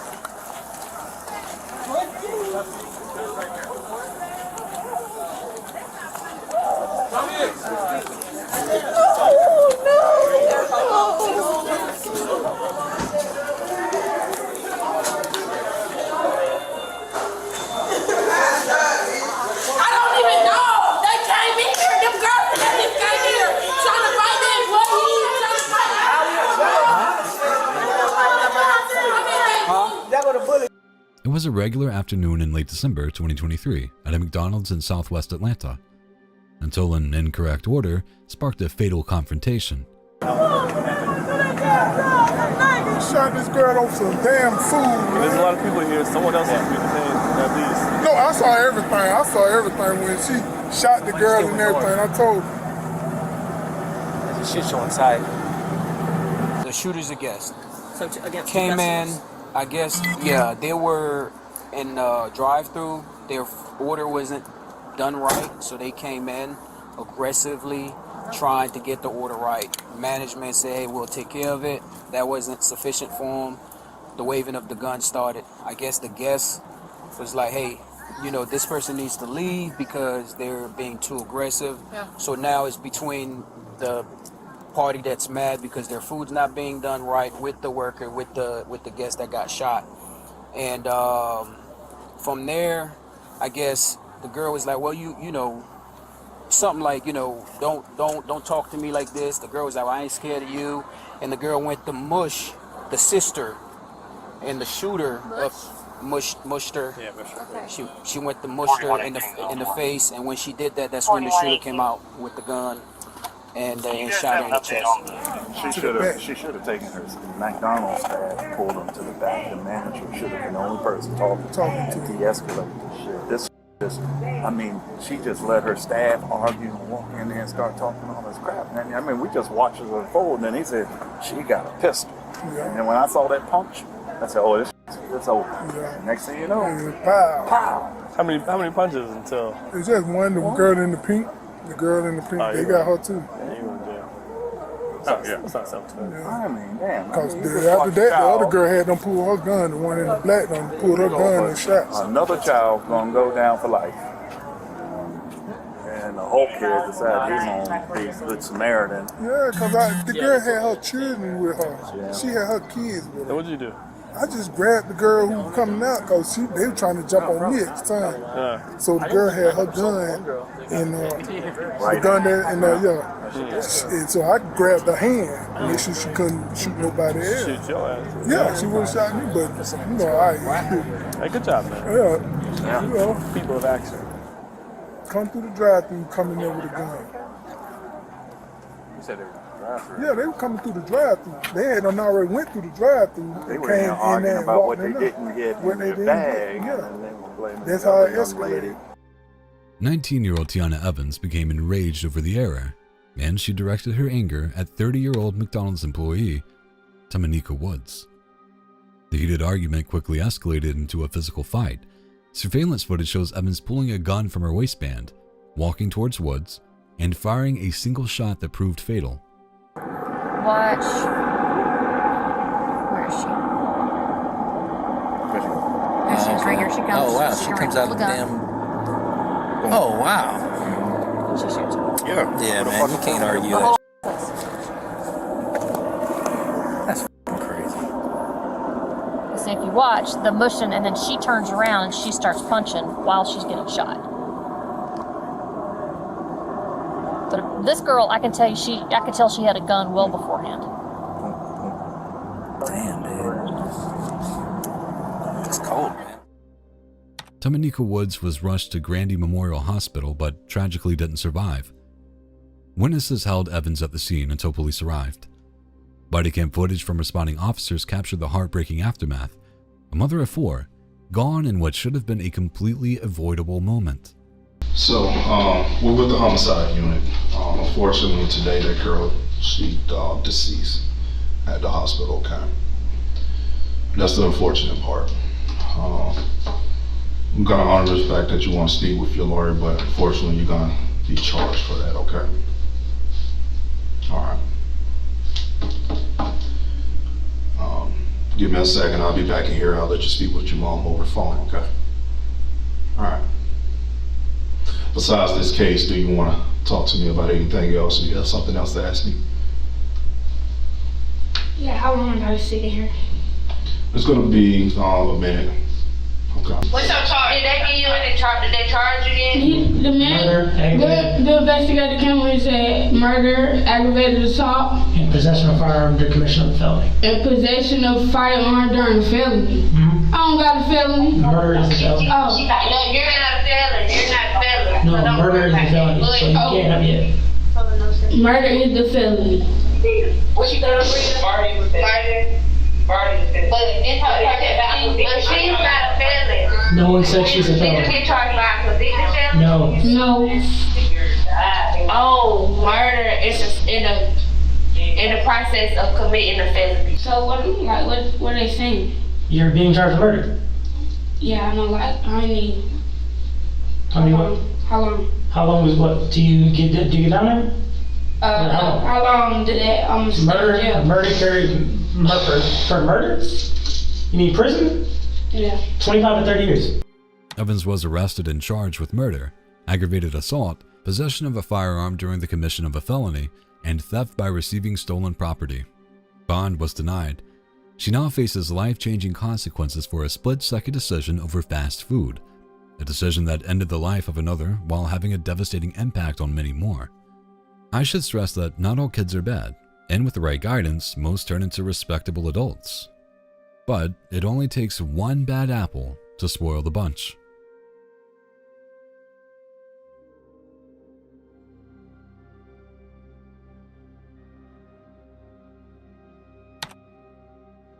These CCTV images are the terrifying last moments of Lisa Harnham, captured at an apartment block in Sydney, Australia in 2011.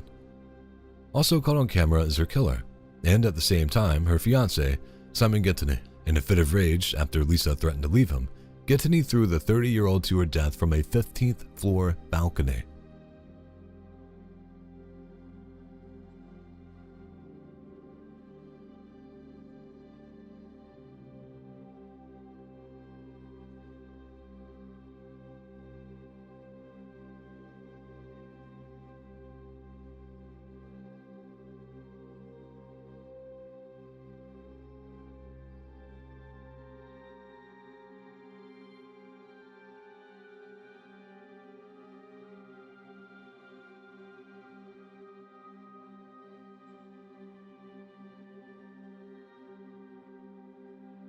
He pleaded not guilty, but was convicted of murder and sentenced to a minimum of 18 years behind bars and a maximum of up to 26 years. The killer will be eligible for parole in 2031, which to me does not seem very fair at all.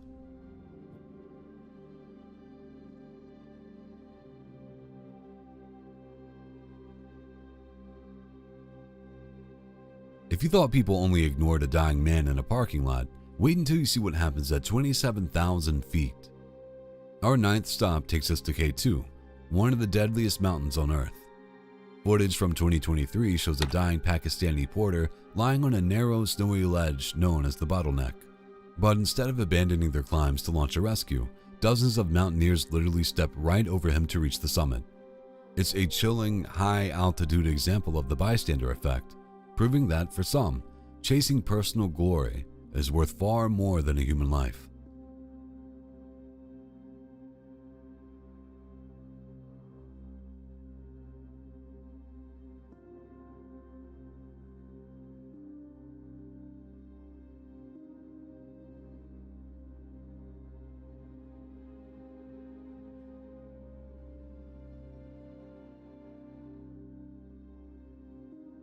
Here's a horrifying reality about cruise ships.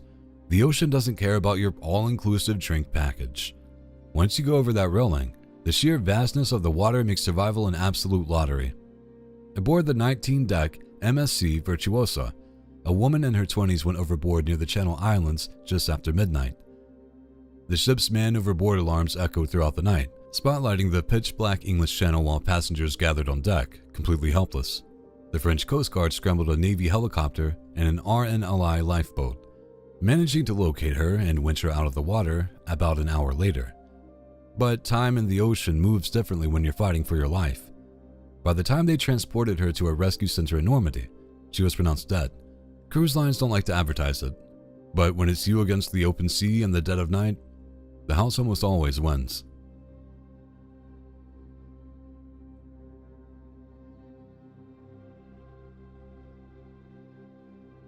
Late in the afternoon, in the quiet heart of Bordeaux, a 73-year-old grandmother was returning home with her 7-year-old granddaughter after a seemingly ordinary day.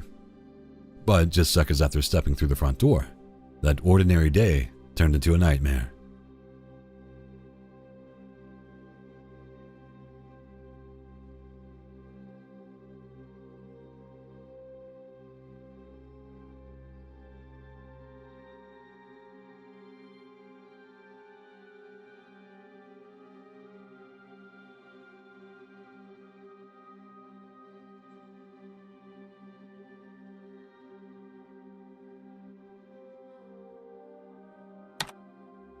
A homeless man suddenly forces his way inside the home, jamming his foot in the doorway, blocking their escape.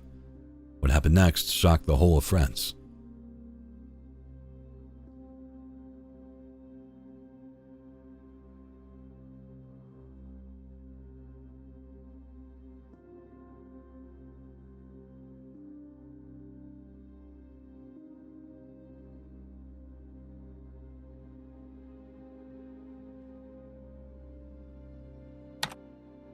The man grabs the terrified child and violently drags both victims back out into the street. The elderly woman is hurled onto the pavement, suffering injuries to her head, elbow, and foot. As she lies helpless on the ground, the crying little girl is yanked to her feet and thrown aside during the chaotic struggle. For several terrifying moments, neighbors fear they are witnessing an attempted kidnapping in broad daylight.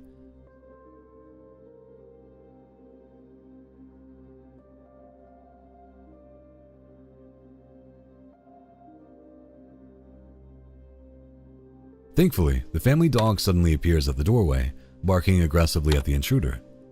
Investigators believe the noise startled the attacker and forced him to flee before things became even worse. As panic spread throughout the neighborhood, witnesses quickly called police and provided a description of the suspect's getaway car, a black Renault Clio, seen speeding away from the scene. Just 1 hour later, officers tracked down and arrested the suspect. Reports say police had to use a taser because of the man's aggressive and erratic behavior. Authorities later revealed the man was already well known to law enforcement, with 15 previous convictions. He was supposed to be under psychological monitoring and legal guardianship at the time of the attack. The young girl escaped with cuts and bruises. Her grandmother, badly shaken and injured, required medical attention for several days. The haunting footage of the attack, carried out in broad daylight, in what should have been the safety of their own home, left everyone asking the same questions. Why was this allowed to happen? And what could have happened if the dog hadn't intervened? Just after 5 p.m. on January 4th, 2023, a security guard was escorting a pair of troublemaking teens out of the Japan Center Mall in San Francisco. Moments later, what seemed like a minor incident erupted into chaos as a fatal gunshot rang out. 40-year-old security guard Gavin Boston had been shot in the head at close range by one of the teens. He died at the scene in front of horrified witnesses, leaving behind a family and a community that knew him as a dedicated protector. Police moved fast. Within 24 hours, San Francisco officers arrested 2 local teenagers, a 15-year-old boy and a 14-year-old boy. The 15-year-old was charged with murder. The 14-year-old was charged as an accessory to murder. Both were booked into the Juvenile Justice Center. The shocking case left residents asking the same disturbing question. When did it become normal for kids this young to carry guns and to take a life over something so minor? And who's to blame?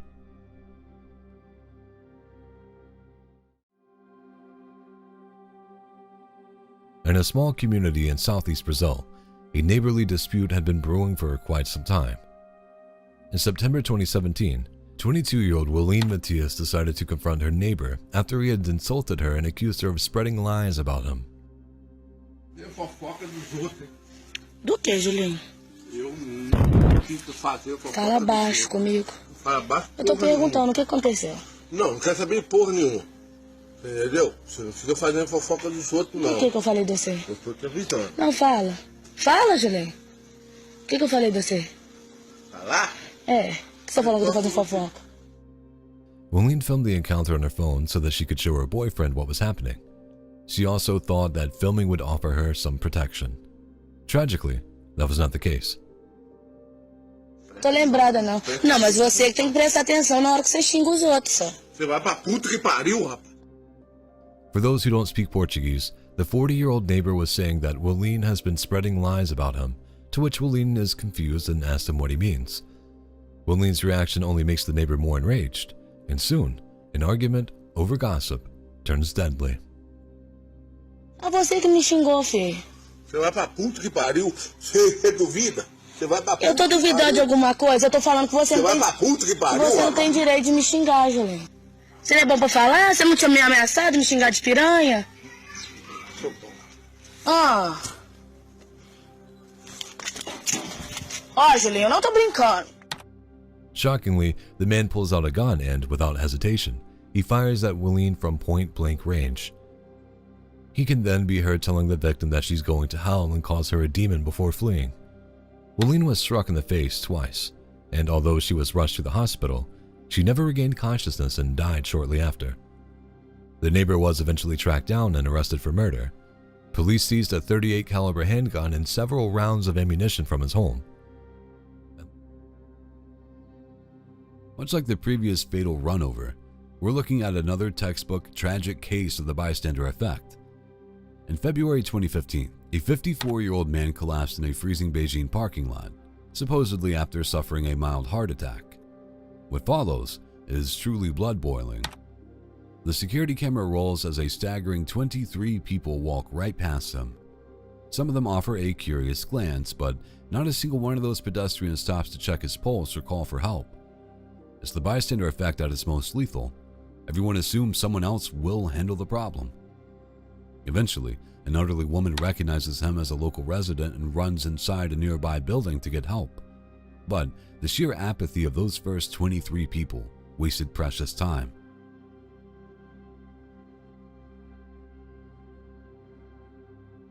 While she's gone, a white sedan pulls up, wanting the very parking spot the man's unconscious body is blocking. Unbelievably, the car pushes forward, stops as its front wheel meets the resistance of his body, and instead of backing up, just accelerates right over him to park. The woman returns to find the horrific scene and starts screaming at the driver, who later claimed to the police that he simply didn't notice running over anything. Tragically, the man succumbed to his crush injuries at the hospital.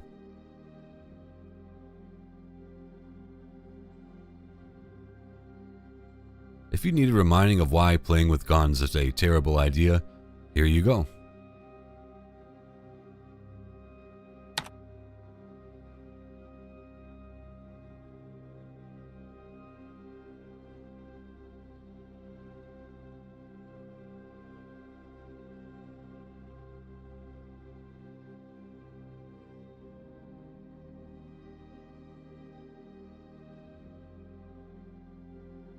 Unbelievably, these two men were both policemen. The incident happened in 2024 in Turkey. One cop was supposedly showing the other how to handle his firearm when he made a fatal error and accidentally shot his colleague in the chest. The colleague died, and the cop who fired the gun was sentenced to 16 years in prison. Such a pointless loss of life and a reminder that you should never point a gun at someone, even if you think it's safe.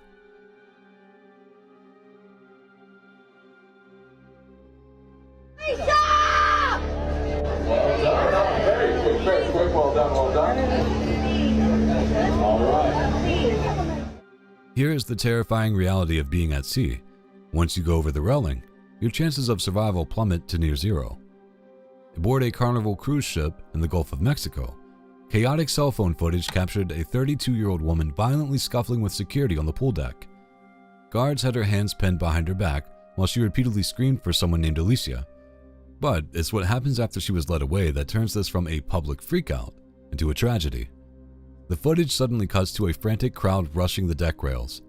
She had reportedly jumped from her balcony. A single life preserver was tossed overboard into the dark, endless water. The final chilling image? That same preserver floating completely empty.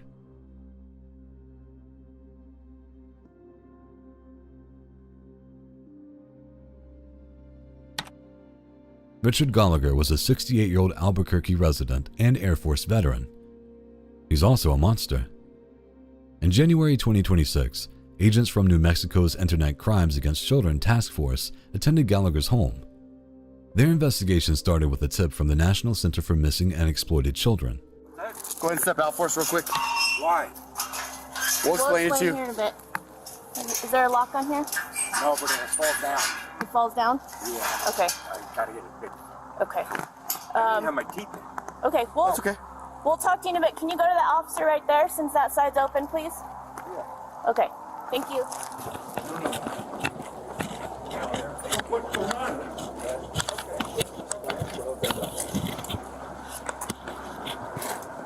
Like I said, we just need to talk to you real quick, all right? You got me all scared. Don't be scared. You're okay. Don't be scared. We're here to keep you safe. No worries. Entry potential of that. Anything else in your pockets in the pocket? No. All I had was my coffee and I just lit my cigarette. I don't have my lighter. Sorry, I was trying to see if I have my lighter. After executing a search warrant, agents found thousands of disturbing AI-generated images and videos on his devices. Investigators say he admitted to taking innocent photos of children off the internet, including some of kids he knew personally, and using AI tools to nudify them, place them in revealing clothing, or depict them committing horrific acts. It's a troubling case that has parents everywhere checking their privacy settings and asking the same terrifying question. In the age of AI, are our kids' photos even safe online anymore? Gallagher was charged with 12 felony counts of child exploitation and remains in custody as the case moves forward. If convicted on all counts, he could face up to nearly 50 years in prison and be placed on an offender's registry for life. The only thing worse than taking pictures of children is taking actual children. In 2025, a teenage guest turned a house party at a millionaire's mansion into a scene of horror. The lavish home in Brisbane, Australia, had been overtaken by a group of young partygoers, but what started as a gathering of teens quickly descended into chaos. Police rushed into the home after a frantic call and made a gruesome find. Greg Josephson, the 58-year-old co-founder of the popular Australian clothing chain Universal Store, was found dead inside with fatal stab wounds. Officers located a 15-year-old suspect hiding out at a cafe just a few blocks away. The boy was known to Josephson and had apparently gotten into a fight with the millionaire during the party, a fight that turned deadly. The 15-year-old was arrested and charged with 1 count of murder. He remains in custody with psychiatric evaluations and DNA evidence is still being processed. It's worrying to think about how quickly a young person can destroy their future.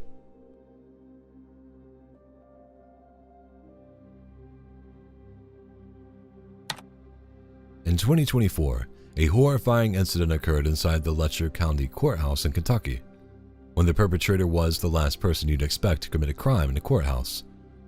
This is Sean Mickey Steins. He was the sheriff of Letcher County and had once worked as a security officer for the court. Now, he's a defendant in a murder case. On September 19th, 2024, Steins walked into the chambers of Judge Kevin Mullins and demanded to speak with him in private. The judge's colleagues exited the room, leaving the two men alone. At first, nothing seemed unusual, just a sheriff wanting to talk to a judge he'd known for years. But then, the atmosphere changed. Steins pulled out a gun and pointed it at the judge. The judge attempted to hide under the table, but there was no escape. Seconds later, gunshots rang out and Judge Kevin Mullins was dead.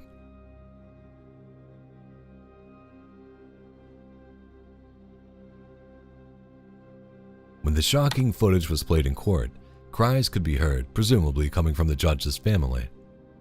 Why would a now former sheriff want to end the life of a judge? There is speculation that it had to do with the judge using his power to extort sexual favors from women in the courthouse lockup. 3 days before the shooting, Mickey Steins had given a deposition in a federal lawsuit against the judge. However, this motive has yet to be confirmed by prosecutors. As of April 2026, Steins' trial is still ongoing. Despite the clear evidence captured on camera, he has pleaded not guilty. His attorney has stated that Steins intends to pursue an insanity defense. If there was ever a video that perfectly captures the darkest side of human psychology, it's this one. Captured in Zhoumadan, China, this surveillance footage starts with a woman being struck by a taxi while using a crosswalk. The impact is brutal, leaving her motionless in the middle of a busy street. But as terrible as the crash is, what happens next is enough to make you lose faith in humanity entirely.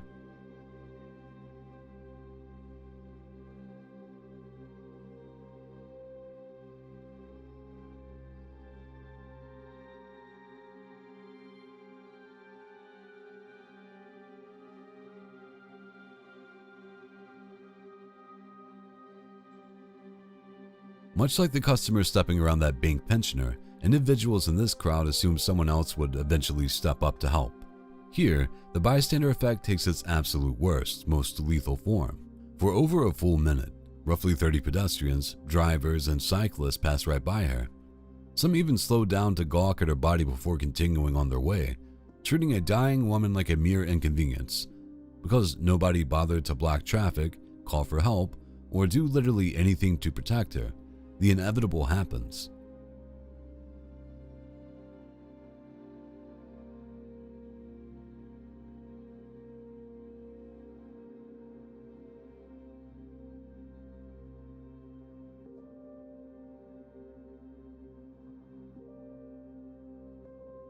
A second vehicle, an SUV, drives right over her, she ultimately passed away from her injuries. When this footage was released, it sparked massive outrage and debate over public indifference, and rightfully so.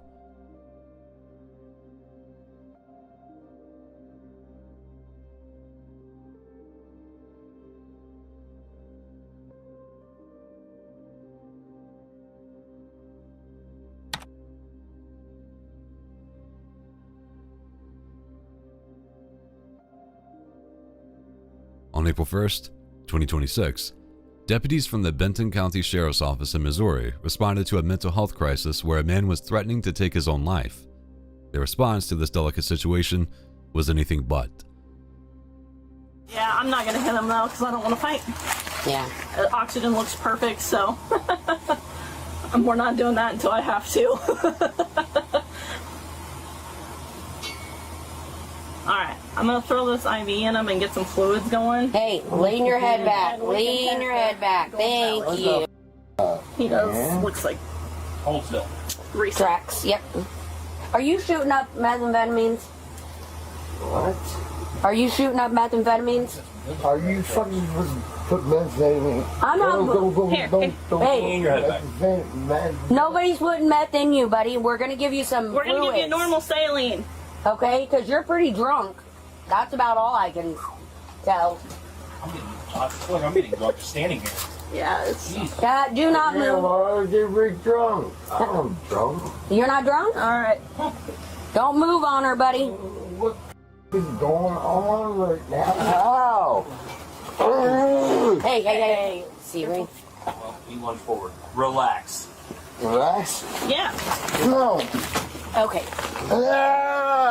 Watch Let me yourself. get behind me. Hey. You got him, Hope?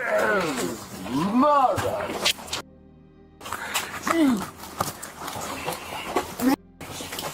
Do not touch her! You understand me? Do not touch her! Taser. Put your hands behind your back. Now. You're done moving! Put your hands behind your back. I got him, Hope. Right now. Body cam footage shows the confused man trying to sit up and ask questions such as, "What's going on?" and "Where am I?" As he starts to become agitated, one of the deputies struggles to hold him down. The man is already strapped to a gurney and appears to be wondering how he got there, but the officers aren't answering his questions and only seem interested in making sure he stays there, whatever it takes. Where the fuck am I? Put your hands behind your back. Put your hands behind your back. Why? Now. Do as you're told, dude! You understand me? Ask for backup. Do it again! What the Put your hands behind your back. Hold on, let me get my cuff. What is going on? Hey, stop. He's fine. Stop. Now! Got it! Shockingly, not only does the officer tase the man, but he then punches him in the face. The other officer can be heard saying, "Stop." Do you think she's saying that to her colleague or the man on the gurney? Either way, the excruciating clip doesn't stop there. God damn, dude. Take that No! God damn, dude. That's on fast. Go get my shackles, leg shackles out. This is why I don't go to suicide. So what about, is that what I know that, and I understand that. I know. But this is why we don't go to suicide. I get it. Because technically, if he says he doesn't want to go, we can't force him. I know, but it's safety. I know. Hey, Donald. What? Listen to me right now. Okay. You need to knock it off. Do you understand me? I said what? You need to knock it off. What? Listen to me. Listen to me right now. Do not move your legs and listen. You need to knock it off. Knock what off? You're fighting law enforcement. Go ahead and have them continue this way for now. You understand me? There's no reason for this. Do not kick me. You kick me, you're going to jail. You understand? The female officer goes into angry mom mode, as if she can just scold him into submission, and continues to ignore his questions or any mental health issues he might be experiencing. There is no good cop, bad cop routine here. It's bad cop all the way. No. What's the fucking... Kick her again, dude. You ain't the one. Kick her again. Got him? Well, my shit's off now. Just hang on a minute. Where's your cuff key at, Sebring? Don't make him pass up. Hey. I can get moving. Open that door. I don't want his Relax. family. Do not move. You understand? That's the thing. Because they're Keep it making up, you're us going to look jail. worse. He can go to jail because he just assaulted me. Yeah. So, don't. I got it. I just gotta get this undone. God damn. Yeah. There's a side in, huh? You got him? Is that green? Easy. Crush that shit. Crush it. There, got it. Yeah. You can go to jail for assault. Assault Leo. What the f going on? Move so I can go talk to his family because they need to get the f out of here. Yep, I need to. What the fuck? Where the f am I? Try to. Do you guys have straps to completely strap him down? Yeah. Let's get him strapped. Watch yourself, Jake.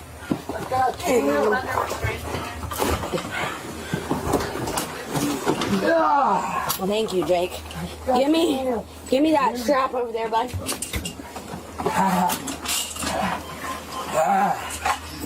Stop moving. You understand me? Stop moving.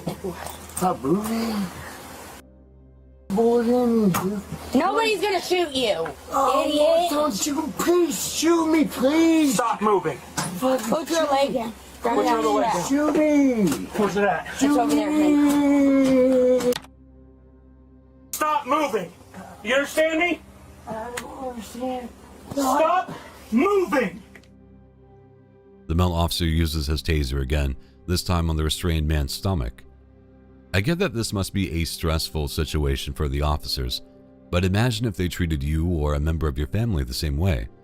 Speaking of which, these officers are about to show zero empathy towards the guy's family, too.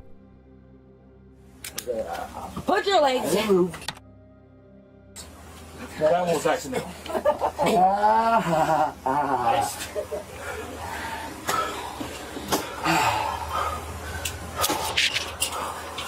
Just stay back from them so we can. Yep.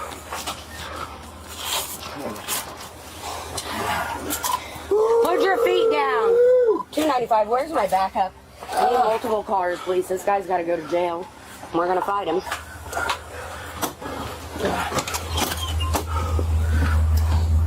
You guys need to leave. Now. Go. No, he ain't. He's going to jail. Is where he's going. So leave. Why are you going to jail? He's going to jail. He needs to go to the Because he assaulted law enforcement. Okay, but he needs to No. because he's in a psychosis. All four of you need to leave now. Leave. He's in a psychosis. No, he's not. Yes, he is. This is why when I talk to you on the phone, this is why we don't deal with subjects. Because they're Please put. I like it. I totally get that. So we You can need get to his leave. medical help. Go. All You guys, need to leave then you now. guys should have taken him to the hospital. We didn't have time. Right there. Yes, you did. We didn't have time. Between the time, David, badge number, please. Detective Hearn, Benton County, 295. Thank you. Yep. He was passed out when we got there. You guys had enough time to play around on the left. phone. Leave. Leave. You He's an haven't adult. really Yep. Go. I've ever Go. in my life. Leave. You're done. What jail is he going to? Benton County. Okay. What the? How long you guys gonna hold him? 24 hours and he'll get a felony warrant for assault on law enforcement. So go. But he's got to. He's not gonna die. I promise you. But he's got to. 96-hour mental health on him. No. Responsible. Bullshit. No, we don't have it. So go. Leave. He's an adult. You don't get to make decisions. Jackson County will be sending it to Benton County tomorrow. You don't make decisions for him. He's an adult. Go. Go. Thank you. The family pleads with the officers to get him the help that he needs at the hospital, but all they're concerned about is putting him in a jail cell. It's a sad sight.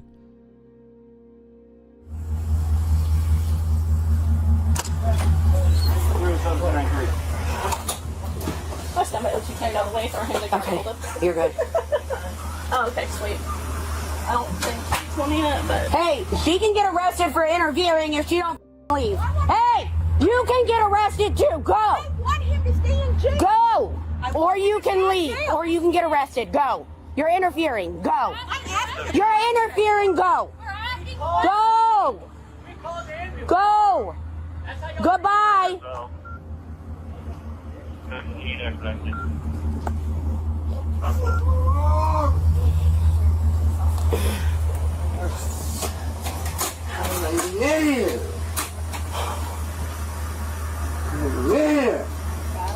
Happy birthday to me. Happy birthday, Charlie. Why are you being like this, man? We're here to freaking help you, and now you're gonna catch felony charges. Do you really think the officers tried their best to help this man? The Benton County Sheriff's Office didn't. Following the incident, they announced that one of the deputies is no longer employed, and another has been placed on administrative suspension. One of the man's family members, who uploaded the body cam footage to Facebook, later said in a statement, "We didn't know we sent him into an ambulance to be tased, punched in the face, or talked down to when he was incoherent and not understanding what was going on. I watched the video footage and almost threw up by how a human being could treat someone else like this."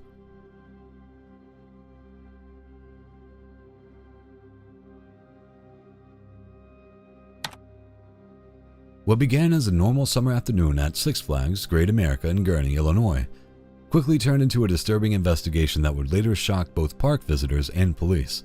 It all started when something unusual was spotted near one of the rides. Something that didn't belong in a crowded theme park full of families. Security had been alerted to a possible case of secret filming. At first, it sounded vague, just a suspicious report. But what they uncovered was far more serious. A bystander had noticed a man behaving strangely near a group of young girls. Instead of looking around like a normal park visitor, his focus appeared to be solely on them. The witness began recording, capturing evidence that would soon become critical to the case. In the footage, investigators say the suspect, later identified as 28-year-old DeAndre Pope, was using a crude setup: a bag placed on the ground with small holes cut into it, concealing a phone inside. Prosecutors allege he positioned it in a way that aimed it directly underneath the clothing of unsuspecting children as they passed. But it didn't stop there. Authorities say Pope may have also used an Apple Watch to remotely capture images, while carefully moving the bag's position using his knee, adjusting it as the children moved in front of him.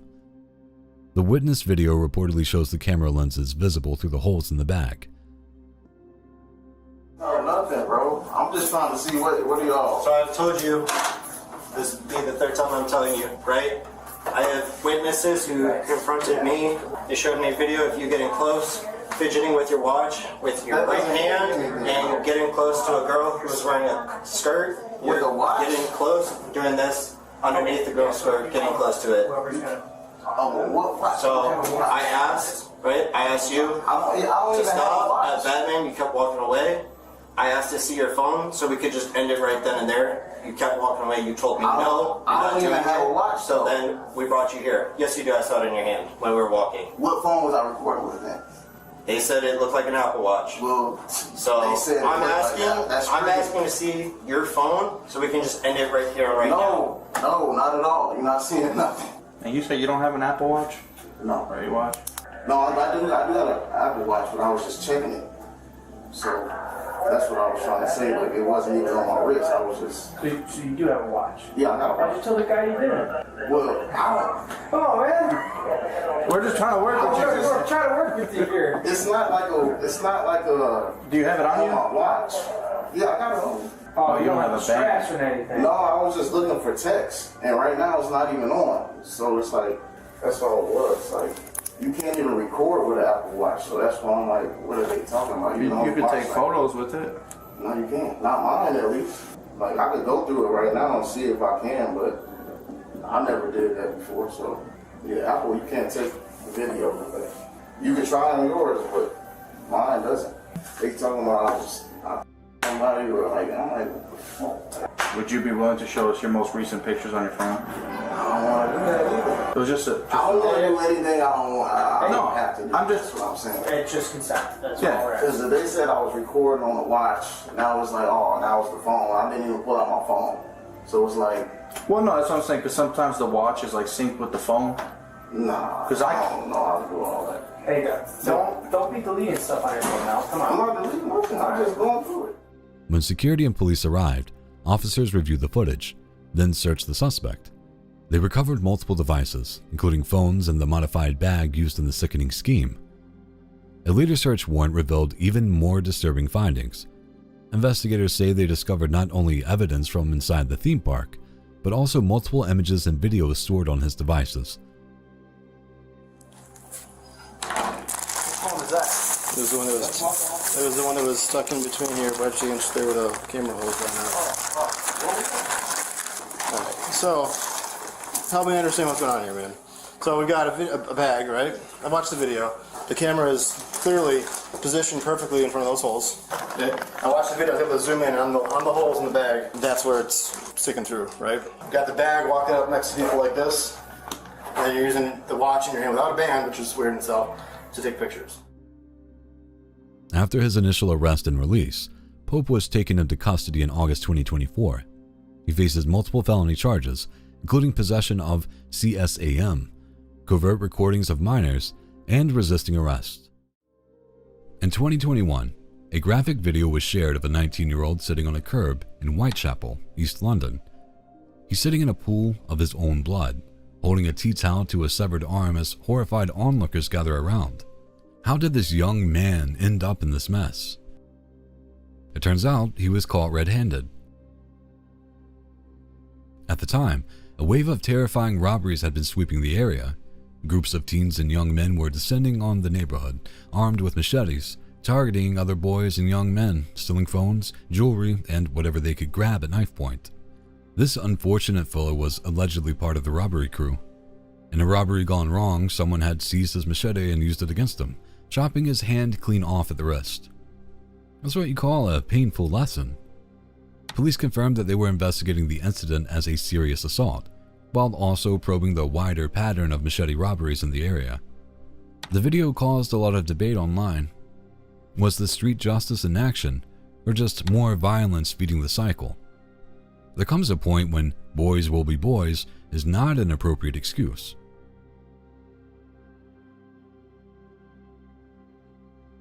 It's late at night on February 27th, 2025, on Seven Sisters Road in Islington, North London. A 75-year-old man is calmly waiting for his bus, just trying to get home after a drink at the pub. He's minding his own business when three teenage girls get off a nearby bus and zero in on him.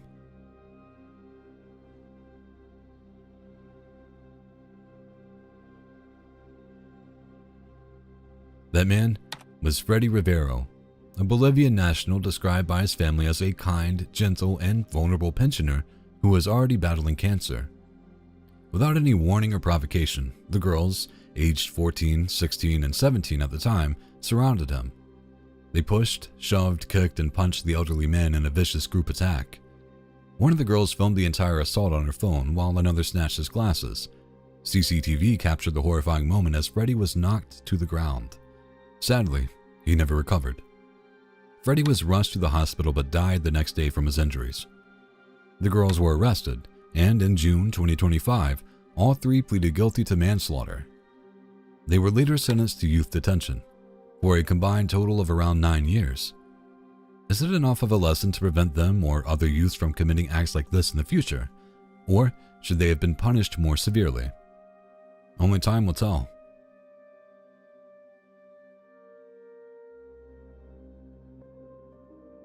August 1st, 2019.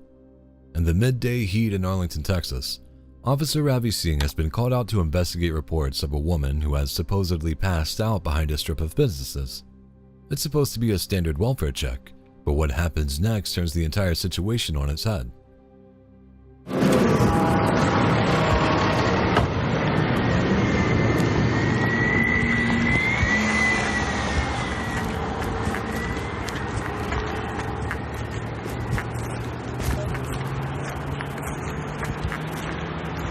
Got a check over there already?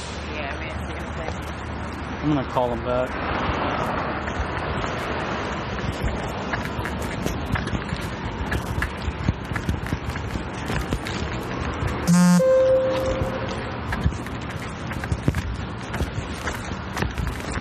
Yes, sir. Are you looking for a lady? A black female? Yep. Were you the one who called? Yep. Where's she at? Right. You see if you go past those two poles right there, there'll be a sidewalk that goes into those trees. Okay. It shoots down there. All right. Okay. She's gonna be over there between those two poles. They said possibly.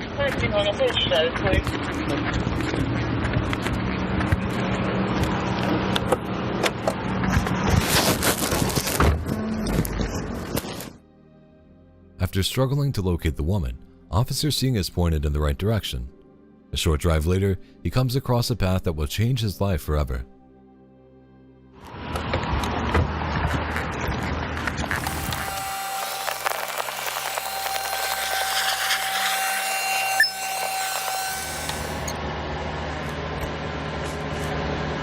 Nobody. Ma'am!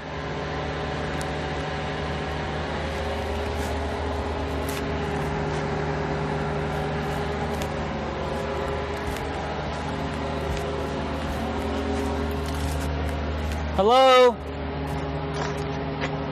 Are you okay? Is that your dog? Can you get back? Officer Singh finally manages to find the woman, who was later identified as Margarita Brooks, or Maggie, to her friends. But as Singh approaches, he's interrupted by Maggie's dog, which runs towards him barking. In this scenario, what would you do? Officer Singh reacts on instinct. Get back! The officer fires his gun 3 times at the dog. The bullets miss and instead strike the pavement, ricocheting and striking Margarita instead. 243 shots fired. Maggie was hit in the chest and later died from her injuries. In 2020, Officer Ravi Singh was indicted for criminally negligent homicide, the maximum penalty for which was 2 years in prison. He was not found guilty, but he said he was deeply sorry for his actions. Maggie's father was outraged. In an interview, he said, "You see the video for yourself. There's nobody that owns a gun that would ever take that shot, ever. But if you're a police officer, you're covered in absolute immunity. You can do whatever you want, and there's no repercussions for you." What do you think? Is he right? Unlimited drink packages sounds like the ultimate vacation perk, right? Until you realize that nobody's actually keeping score until it's too late.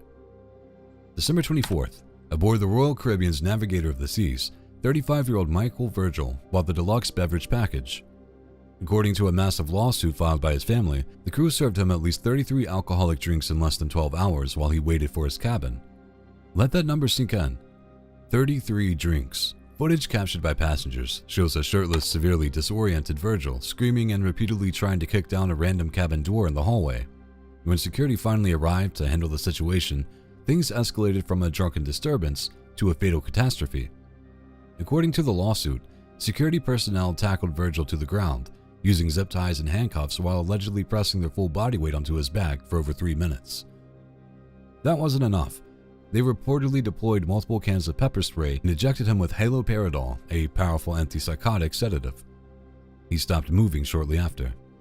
The medical examiner ruled Virgil's death a homicide, citing mechanical asphyxiation, extreme ethanol intoxication, and underlying health issues. While his family argues the cruise line created a deadly perfect storm by over-serving him to the point of a psychotic break and then using lethal force to subdue him, Royal Caribbean has kept quiet, citing pending litigation.